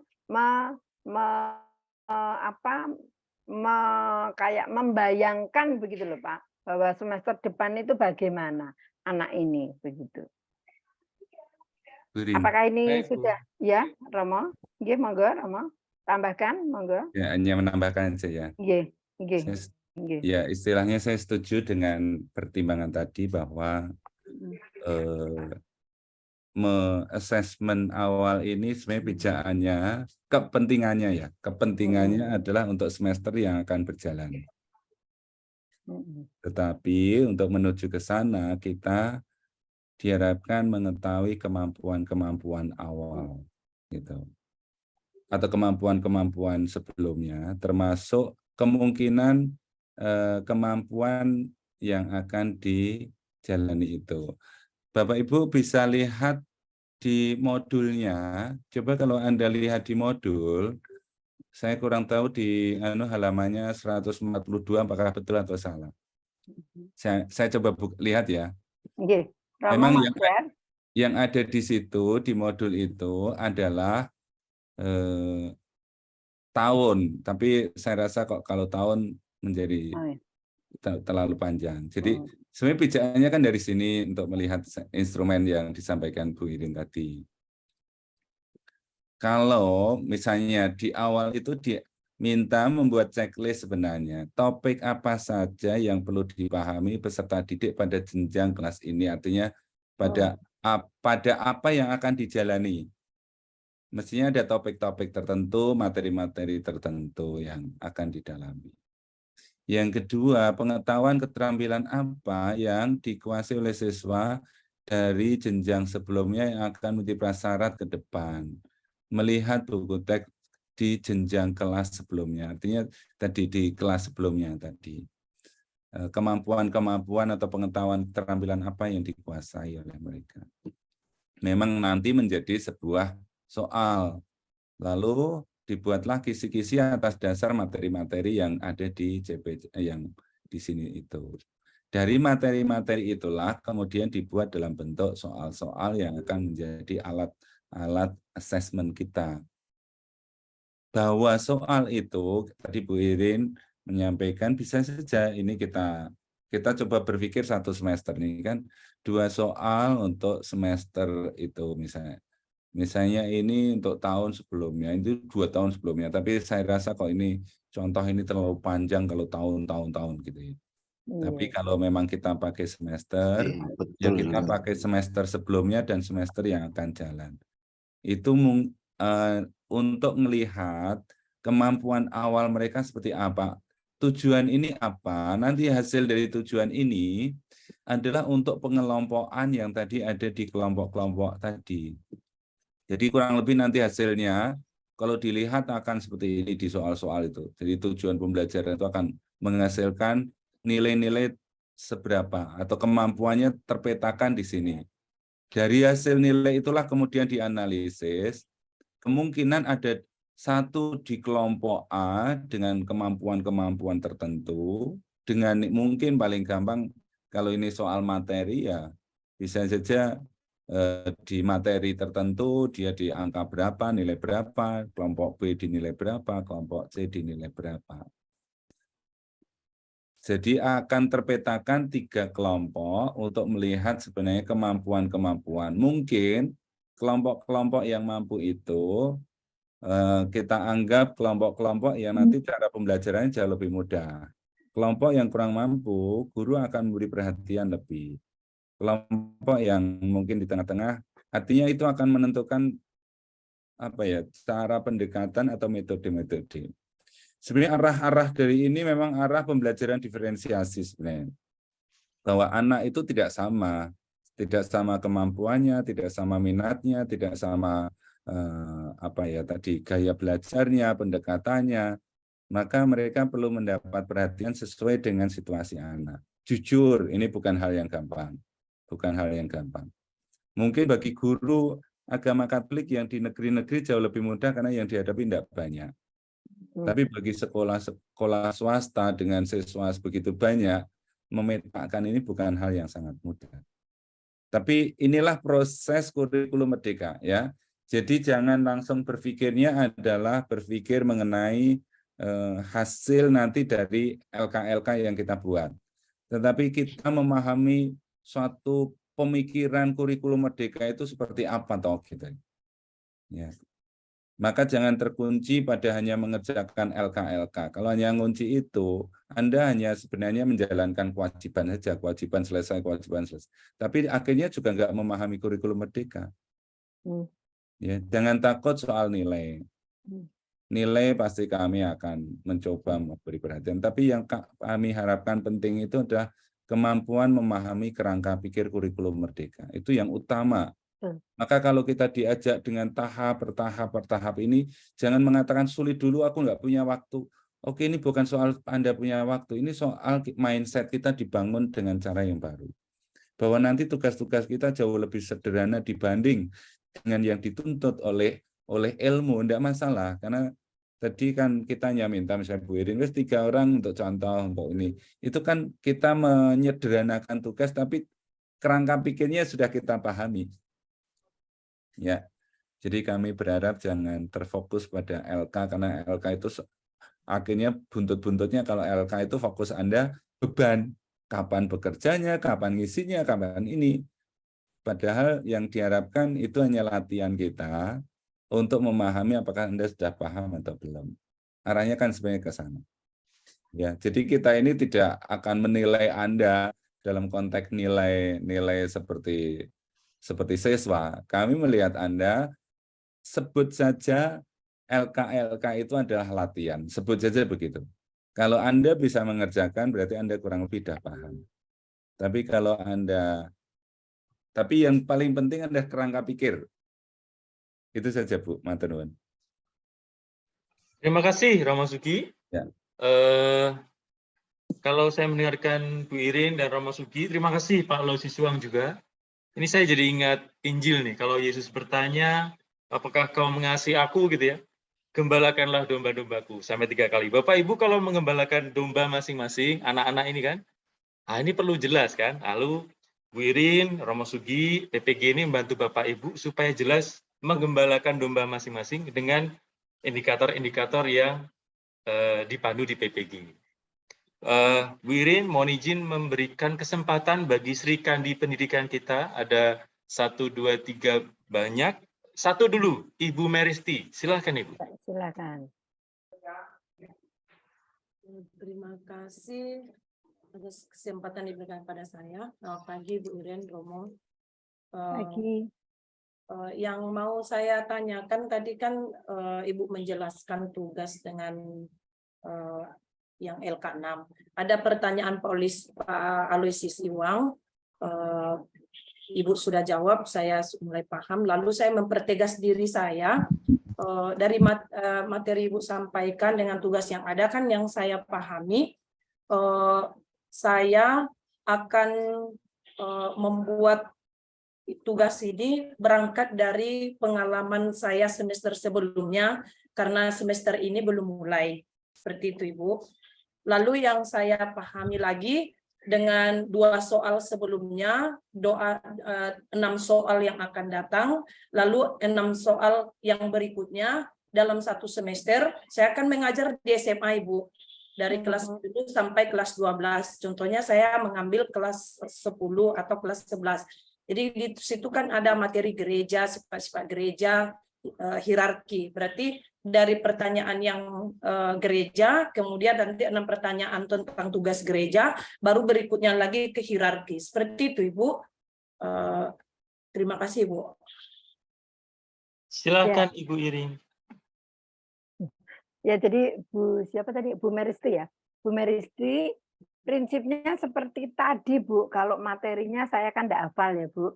Tetapi prinsipnya adalah materi sebelumnya, kemudian materi sekarang, kemudian materi yang akan datang. Nah, nanti kalau kita membuat asesmennya selama 1 semester, itu juga kita bisa mempolakan pikiran kita semester sebelumnya, semester sekarang, dibahas, kemudian nanti kira-kira ambil 2 materi di semester yang akan datang. Jadi Bapak Ibu sebetulnya kan sudah bisa memprediksikan kemampuan awal, kemampuan sekarang, dan kemampuan yang akan datang siswa. Dengan adanya kelemahan-kelemahan dan fasilitas dan keluarga tadi bisa memprediksi dengan cara apa? Dengan memberi fasilitas metode pembelajarannya. Kemudian pembimbingan, peningkatan karakter ya. Pembimbingan itu kan tujuannya untuk meningkatkan karakter. Contoh misalnya selama ini Bu Meristi terlambat terus mengumpulkan tugas, maka saya bisa memberikan motivasi secara pribadi maupun dalam kelompok bersama-sama. Ayo kelompok ini harus lebih disiplin ya supaya nanti hasilnya lebih bagus kan begitu. Terus kemudian bagaimana Ibu bisa memberi bimbingan pada kelompok anak-anak itu kalau misalnya ada satu misalnya Bu Meristin itu tidak punya internet, kemudian bisa yang lain bagaimana cara membantunya begitu. Itu tujuannya begitu. Jadi sebetulnya akhirnya kembali ke diskusi kelompok. Dengan diskusi kelompok apa banyak pilihan, entah PB, entah STAD, entah apapun supaya anak-anak itu lebih meningkat begitu dari aspek afektif, kognitif, psikomotor yang didasari dari hasil asesmen itu. Jadi kan sangat penting Bu, memang asesmen awal itu dilakukan gitu. Ini menarik Bu, menarik. Bagi saya juga menarik, makanya kan kadang kita tidak menuliskan, tetapi kadang sok kita tanya-tanya. Saya misalnya mengajar semester 4, tapi saya tidak mengajar semester 2. Maka saya tanya-tanya entah ke Pak Timo, entah Pak Greg, gimana anak-anak semester 4 gitu. Wah, yang ini Bu, ini. Nah, itu juga sebagai salah satu asesmen gimana nilainya kemarin. Paling tidak di awal pada saat pembelajaran saya bisa oh ini anak-anak yang ini.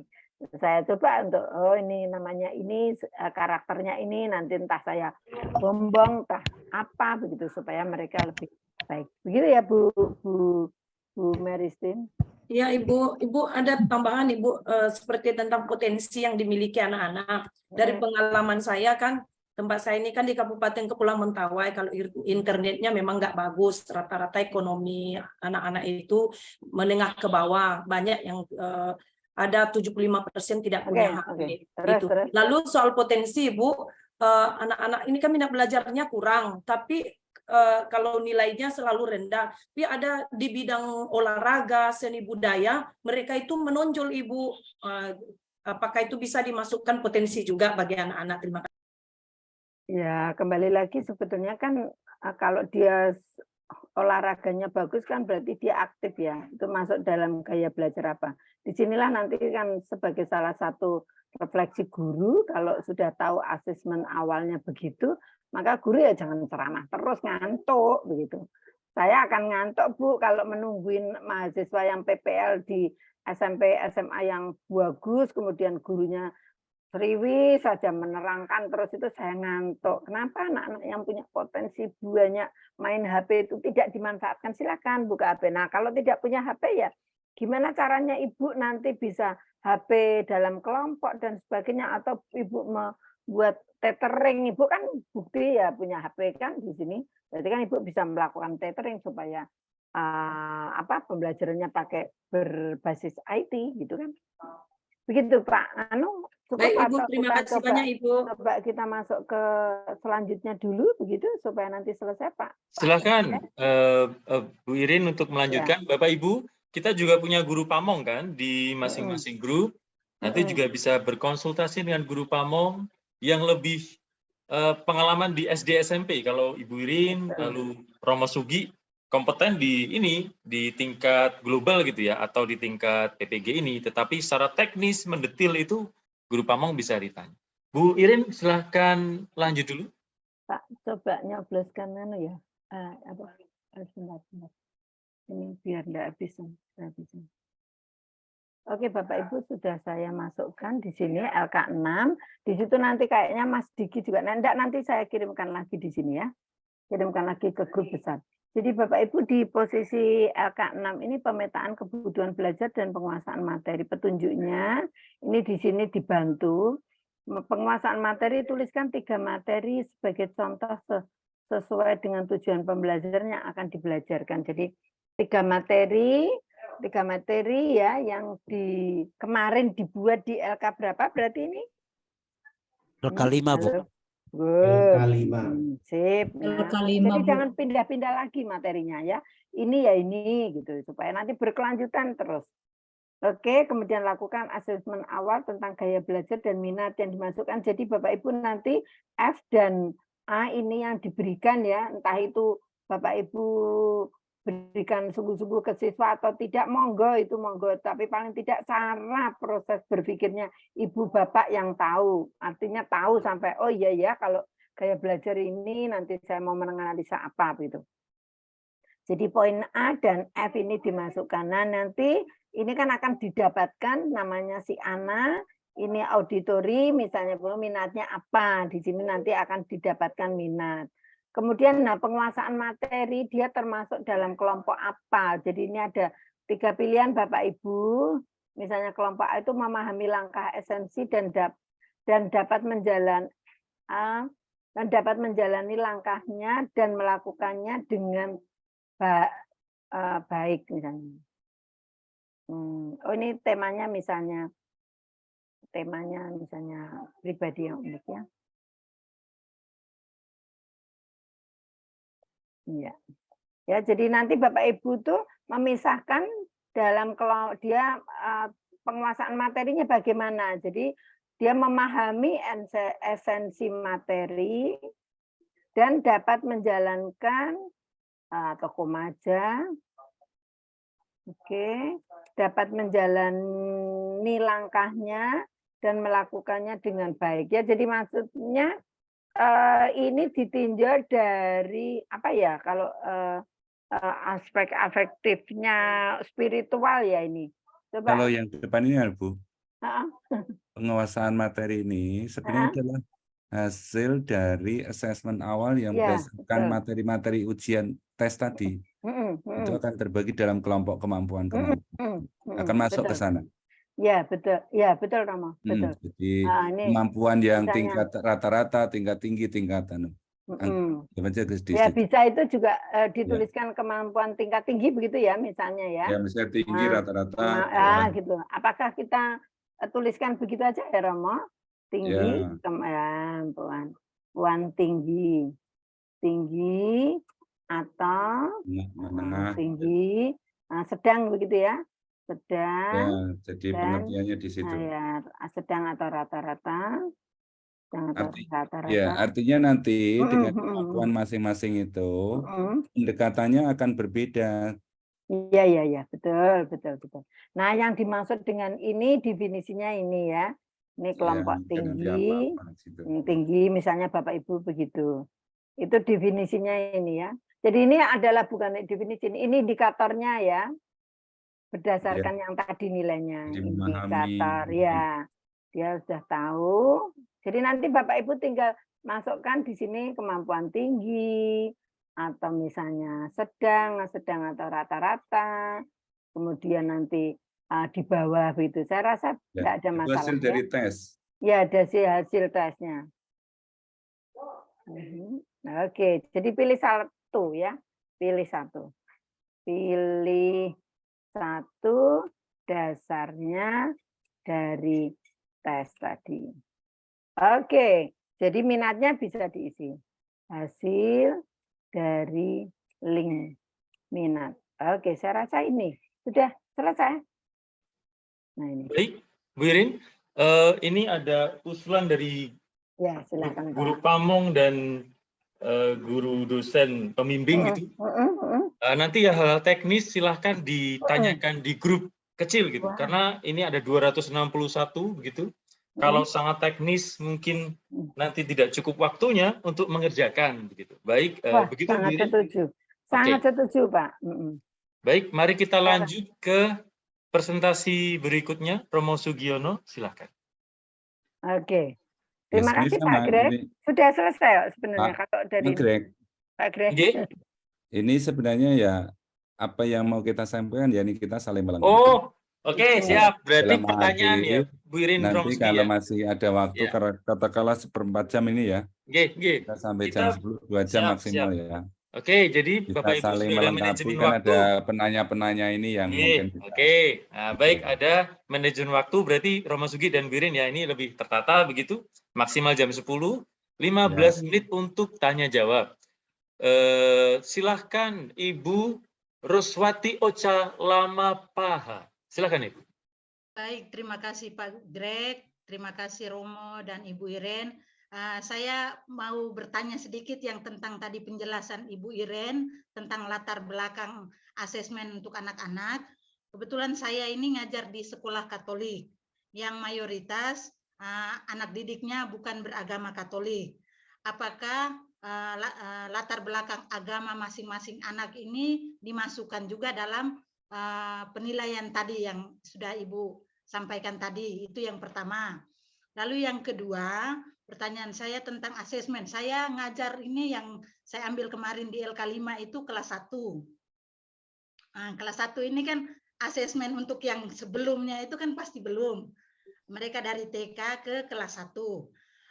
Apakah bisa nanti kalau saya punya bayangan saja ini untuk bisa ke depannya nanti, apakah nanti kalau waktu asesmen awal itu saya ambil bagaimana cara mereka bisa menulis atau menyebutkan angka atau huruf itu sebagai penilaian, atau anggap saja asesmen awal saya seperti itu. Karena kalau untuk kelas 1 ini untuk membaca dan menulis itu mungkin belum. Kalau untuk praktek bisa saja saya ambil dari kelas 1 yang kemarin. Tapi kalau untuk kedepannya mungkin ini untuk bisa membuka wawasan saya ke depan. Apakah bisa nanti kalau kelas 1 itu saya ambil mereka dari asesmen TK. Oke, Terima saya kasih. bisa Itu nangkap. saja Melalui pertanyaan tanya saya. jawab aja kan. Oke, Ibu. Oke, Bu, Itu saja. kalau Silakan. saya langsung ya Pak Greg ya. Jadi saran saya untuk Bu Roswati, untuk anak kelas 1 kan berarti sudah ada rapot catatan yang deskripsi dari TK ya Bu. Nah ambillah itu, tetapi seandainya hari ini belum punya data ya silakan Ibu menulis sendirilah. Kira-kira bayangkan anak kelas 1 yang sekarang Bapak Ibu terus itu ajar itu dulunya bagaimana begitu. Kemudian terkait dengan perbedaan agama, monggo menurut saya sih tidak apa-apa Masuk ke sih. keluarga Tetapi aja, apakah Bu. oh dalam Rama? Masuk ke di keluarga tadi loh. Ah ya dimasukkan ke latar belakang keluarga boleh, enggak apa-apa. Oke. Terima Iya. kasih Bu. Ya Terima kalau kasih. seandainya ya Bu ini menjadi hal rahasia ya namanya diganti nama ya boleh sebetulnya. Ya ini tapi ini kan sebetulnya nanti sungguh menjadi refleksi yang untuk UKIN itu begitu. Gitu. Iya. Monggo. Ya, terima kasih Yang Bu. silakan Terima Pak kasih, Greg. Romo. Nanti saya bisa dibantu Romo kalau Terima kasih. Berikutnya Ibu Sri Suryati dulu. Silakan Ibu. Baik, terima kasih Pak Greg. Langsung saja Pak Pagi, Bu Irin dan Romo. Saya mau bertanya, bukan bertanya, mohon petunjuk. Kalau dalam sekolah kami penilaiannya itu selalu menggunakan proyek kolaborasi. Nah, bagaimana cara saya untuk memberikan asesmen awal? Itu saja. Terima kasih Bu Irin. Silakan. kamu mau bantu jawab atau saya? Nantinya gini. Di bagian ini asesmen awal bagi saya yang paling penting kita pegang apa yang perlu kita lihat dulu. Ya, yang perlu kita lihat dulu dan kepentingannya apa. Tadi konteksnya begitu. Bahwa nanti metode-metodenya masing-masing punya cara sendiri bagi saya kok terlalu cukup kemerdekaan caranya. Tapi bagi saya asesmen awal ini yang bisa kita lihat elemen-elemennya adalah satu, kita mau melihat kemampuan, boleh dikatakan kemampuan akademisnya. Maka lewat tes-tes tadi.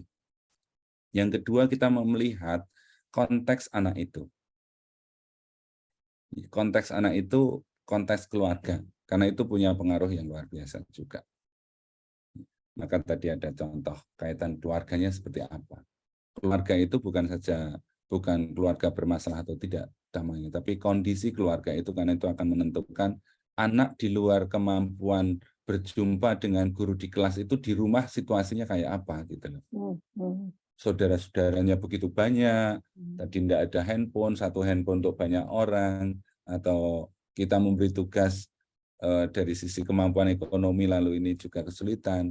Macam-macam itu akan menjadi soal. Maka orang tidak, saya pun saat ini juga men-assessment Bapak Ibu berada di mana itu, kami tahu bahwa situasinya tidak selalu mudah untuk mengatakan mengandal ke internet karena memang kondisinya masing-masing macam-macam.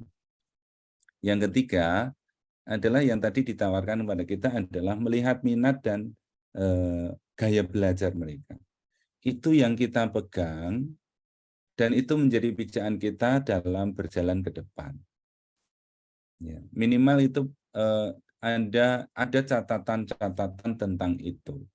Bahwa nanti cara pembelajarannya dengan diferensiasi, artinya saya kelompokkan supaya lebih mudah, atau mungkin cara belajarnya saya sadar siapa dia, pendekatannya kayak apa, latar belakangnya keluarga apa, seperti apa, saya sadar. Prinsipnya adalah dengan asesmen awal ini, saya bisa mendekati masing-masing sesuai dengan situasi dan konteks si anak itu. Intelektualnya, lingkungannya, minatnya, pendekatannya. Tadi ada yang suka sepak bola. Mungkin pendekatannya dari olahraga, dari omong-omong tentang itu. Dia senang dulu lalu. Tapi pendekatan lain. Bahwa tadi di tempat Ibu ada dengan proyek, dengan apa. Kalau toh akhirnya tidak mendapatkan pijakan untuk apa-apa, ya proyek bagi saya tidak selalu menjadi satu-satunya. Yang penting bagi kita ada pegangan untuk berjalan di semester itu agar mencapai tujuan akhir, yakni CP yang sudah ditetapkan. Hmm. Saya menambahkan itu aja Bu, Iya. saya tidak terlalu Iya, masuk betul. pada metode gimana Iya. mengassessment, supaya kita tidak terkunci oleh satu metode. Bahwa Betul, sekarang betul. ini kita diajari satu metode ini, ya ini bagian dari proses pemahaman. Itu aja Bu dari saya. Oke, saya sedikit tambahkan, Bapak Ibu, kan memang sebetulnya kita itu sebagai guru itu kan tidak hanya mengajar ya, tetapi juga sebagai guru membimbing atau bisa disebut sebagai guru BP juga. Nah, dari sini kan Bapak Ibu juga akan memberikan apa ya, follow up atau apa ya dari hasil asesmen itu untuk ke depan. Jadi ingat ya bahwa kalau rapat kenaikan kelas itu kan yang ditanya adalah wali kelas, kemudian guru agama itu pasti akan ditanya, guru BP dan guru yang mata pelajaran. Jadi artinya kita punya andil yang banyak Bapak Ibu dalam proses pembelajaran bagi anak didik kita ya. Sapalah itu yang penting. Jadi data-data ini sangat bagus menurut saya. Begitu. Terima kasih. Pak Terima Greg, kasih. Cukup sudah. Ya, terima kasih Bu Iren dan Romo Sugi. Bapak Ibu, saya jadi ingat lagi nih beberapa pengalaman yang lalu. Jadi ada murid-murid itu ketika masuk kelas itu tidur. Kenapa tidur? Karena mereka sudah menguasai materi, mereka sudah baca bukunya. Bagi mereka, loh Pak, kalau saya sudah tahu, kenapa saya harus mendengarkan lagi? Jadi jangan ada memang murid-murid yang di bawah rata-rata. Tetapi ada juga murid-murid yang pinter di atas rata-rata. Gitu. Maka sebagai guru PAK kita tahu cara benar untuk menggembalakan mereka supaya mencapai tujuan pelajaran tadi. Nah ini Bapak Ibu silahkan berkreasi, kata Romo tadi. Kemerdekaan, tetapi tentu saja ada pagar-pagarnya. Satu pertanyaan lagi, kalau boleh Terakhir Romo. ya. Dan, Terakhir ya. Terakhir, Pak Snogo, silahkan Pak Snogo. Oke Romo, selamat pagi Bu Iren. Jadi saya sharing aja tentang ini. Memang kalau kita melihat asesmen ini kompleks. Karena juga berdasarkan literasi kita sebagai guru, kalau menurut saya. Kalau saya lihat ya, kecerdasan manusia ini banyak. Juga saya sebagai seorang guru ya, saya tidak bawa yang lain. Juga tentang ini, tentang fungsi-fungsi otak atau neurologi juga berhubungan dengan asesmen ini saya lihat. Contoh saya di LK1 misalnya, saya di LK1 dulu memilih bahwa saya selipkan bahwa anak-anak ini mindsetnya harus entrepreneur. Ya, entrepreneur cilik yang ditanamkan. Maka sebenarnya agama ini tidak mengakomodir saya lihat ke arah. Saya melihat di ruang-ruang di konteks-konteks dalam masyarakat bahwa lahan-lahan pertanian itu sangat subur kalau daerah saya. Tetapi karena ide, karena konsep entrepreneur, mindset entrepreneur yang tidak ditanamkan di sekolah, mereka menjadi miskin di kemudian hari. Tapi nilainya bagus. Ini membuat saya penasaran melihat literasi ini. Suatu hari saya baca sebuah buku, Robert Kiyosaki, ya, Red Dad Poor Dad. Dia mengatakan bahwa ketika anak tidak diajarkan tentang bahasa-bahasa finansial, itu ada kecerdasannya, maka anak-anak ini akan ketinggalan. Terutama money oriented, literasi finansial. Karena kemudian saya sering ditanya oleh mereka, kalau misalnya ada orang-orang cerdas di sekolah, lalu mereka tidak seberapa di dunia ini untuk sebuah kecerdasan gitu, sebuah kesuksesan seperti yang dilihatkan di materi Pak Timo tadi, yaitu karir sukses. Jadi saya melihat kompleks sekali kalau persoalan penilaian. Kemudian saya sering ditanya juga, mengapa sebenarnya orang-orang tertentu ini bisa sukses? Kadang-kadang mereka lebih menguasai dunia ini dibanding orang-orang yang berintelektual tinggi. Akhirnya saya membaca sebuah buku literasi itu Howard Gardner. Jadi Howard Gardner ini mengatakan dalam bukunya, di situ juga dijelaskan ya tentang beberapa kecerdasan, ya kecerdasan majemuk, termasuk kecerdasan intrapersonal dan interpersonal. Kemudian saya juga baca beberapa buku yang merekomendasikan tentang fungsi-fungsi otak termasuk bagaimana ciri-cirinya menuju otak kiri dan otak kanan. Kalau boleh tahu, Nah, Pak menarik Susnoko, bagi saya, tanya apa ya, kira-kira Pak? begitu. Nanti. Ya, Mas kira-kira Noko begitu. langsung ke Jadi, pertanyaan, silakan. ya begitu. Biar saya nanti bisa membukakan pikiran saya, biar ada pagarnya di sana. Bagaimana kita bisa mengarahkan kurikulumnya ke sana. Saya kira masih banyak yang mau disiringkan, tapi itu saja dulu ya. Jadi terima kasih saya kasih kesempatan. Terima kasih Pak Sunoko. Jadi ada banyak referensi Bu tentang apa namanya kecerdasan ini ya, kecerdasan anak gitu. Walaupun saya bisa setuju tidak setuju Pak Sunoko. Kalau jadi misalnya ada satu jurnal ilmiah yang mengatakan bahwa akhirnya ekonomi yang paling berhasil itu apabila ada nilai-nilai agama kayak kejujuran, solidaritas. Karena kalau ekonomi itu hanya didasarkan pada kecerdasan intelek tanpa misalnya korupsi itu kan juga orang kaya. Tapi tidak seimbang. Gitu. Ada beberapa analisa begitu. Jadi nilai agama penting. Ini terkait kecerdasan asesmen bagaimana, Bu? Silakan, Bu. Oke, Pak. Kalau saya berpikir kita akan mengacu tetap pada hasil belajar ya, Pak.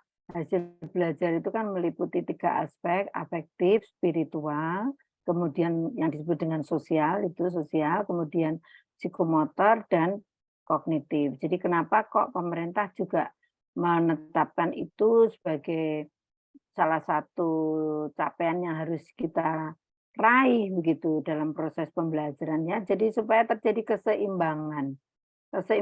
Kalau tidak seimbang itu menurut saya kok ya tidak bagus. Contoh misalnya kenapa toh doa Bapak kami kok makan secukupnya, karena kalau makan orang berlebihan ya nanti jadi jadi gendut. Kalau gendut banget juga nanti bisa tensinya tinggi, bisa jadi nanti juga kalau kebanyakan gula juga jadi diabetes. Kalau kekurangan juga tidak bagus, sama ya. Jadi sama dengan kehidupan kita tuh kok bagus ya kalau saya lihat-lihat itu. Kalau dulu saya kecil tuh kalau makannya banyak itu dimarahin ibu saya, udah makan cukupnya aja gitu.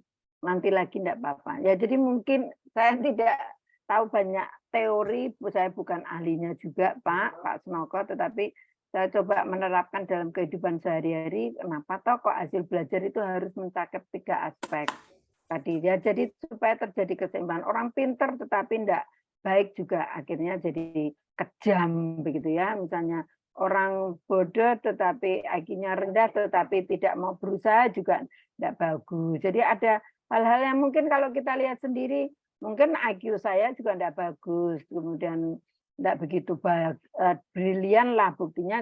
Jadi saya juga tidak bisa menciptakan sesuatu yang wow begitu. Memang Tuhan itu sudah memberikan hal yang baik. Kemarin baru saja malam itu saya diskusi dengan anak saya bahwa kita itu memang baru memberikan, sudah saya ceritakan 20%.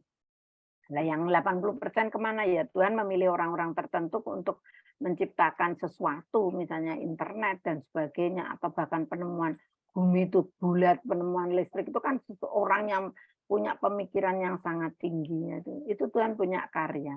Jadi kita juga sama dengan contoh-contoh begitu, nanti kita bisa memberikan kepada siswa semangat untuk bekerja sama, semangat untuk mandiri. Jadi jangan dibilang bahwa loh kita menekankan mandiri, tetapi satu sisi loh kok kerjasama, dan kerjasamanya mana yang itu yang Bapak Ibu harus arahkan. Saya kira begitu Pak. Jadi keseimbangan memang perlu, keseimbangan alam, keseimbangan hidup kita dan semuanya itu.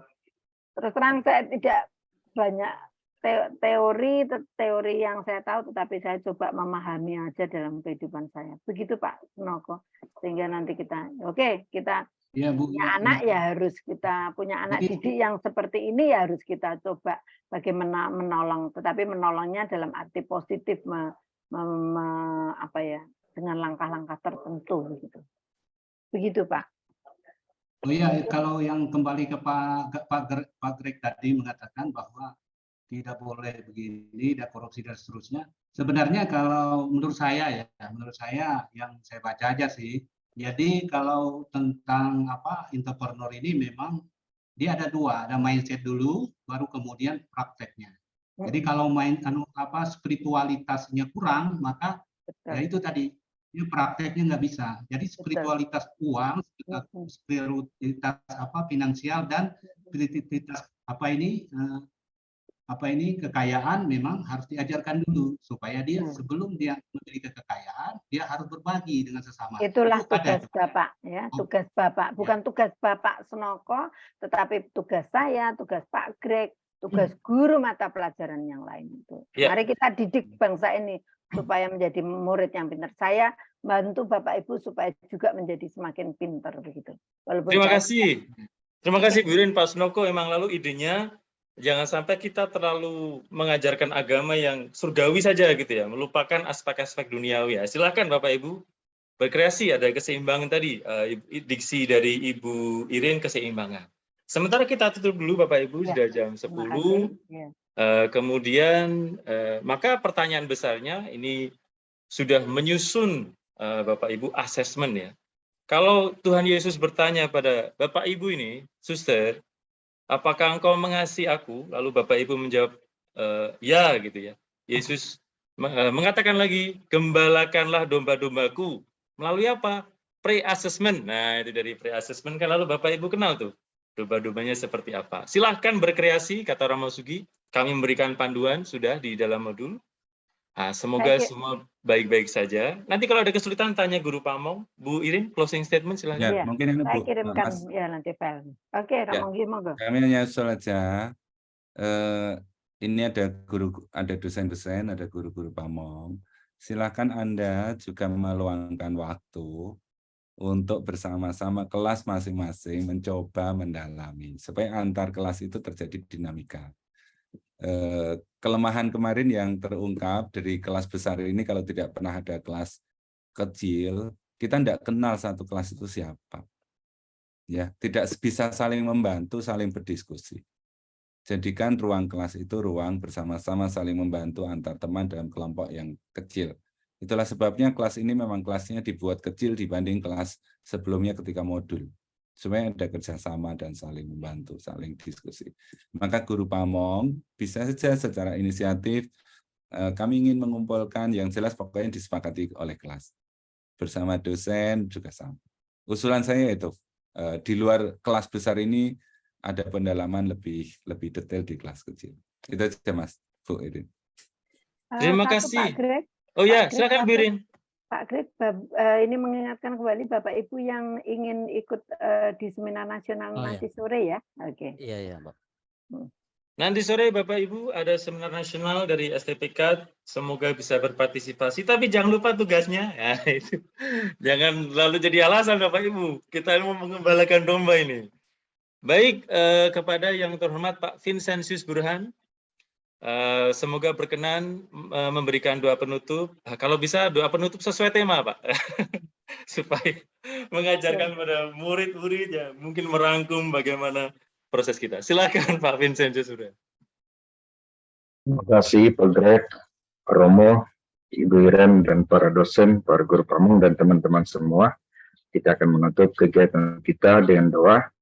Dalam nama Bapa dan Putra dan Roh Kudus. Amin. Amin. Allah Bapa yang Maha Kasih, kami mengucap syukur kepadamu atas berkat yang kami terima sepanjang hidup kami, terutama pada kesempatan ini kami boleh mendapat pencerahan dari para dosen kami, terutama dalam modul yang ke-6 ini.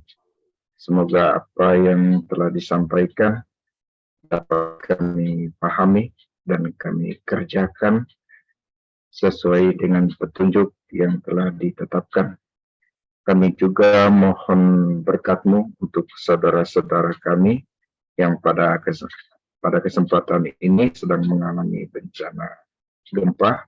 Kiranya Kau memberikan penghiburan dan menggerakkan hati saudara-saudara yang lain untuk memberikan bantuan yang diperlukan. Semua ini kami mohonkan kepadamu yang perantaran Kristus Tuhan kami yang hidup bersama Dikau dan Roh Kudus ini dan sepanjang masa, dan selanjutnya kami mohon Romo untuk memberikan berkat buat kita semua. Terima kasih.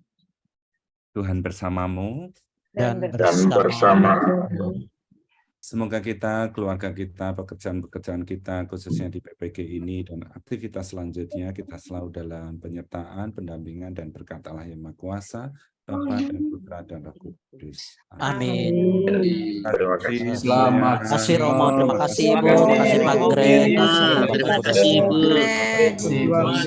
Semangat Pak Greg. Semuanya. Terima kasih Romo, terima kasih Pak.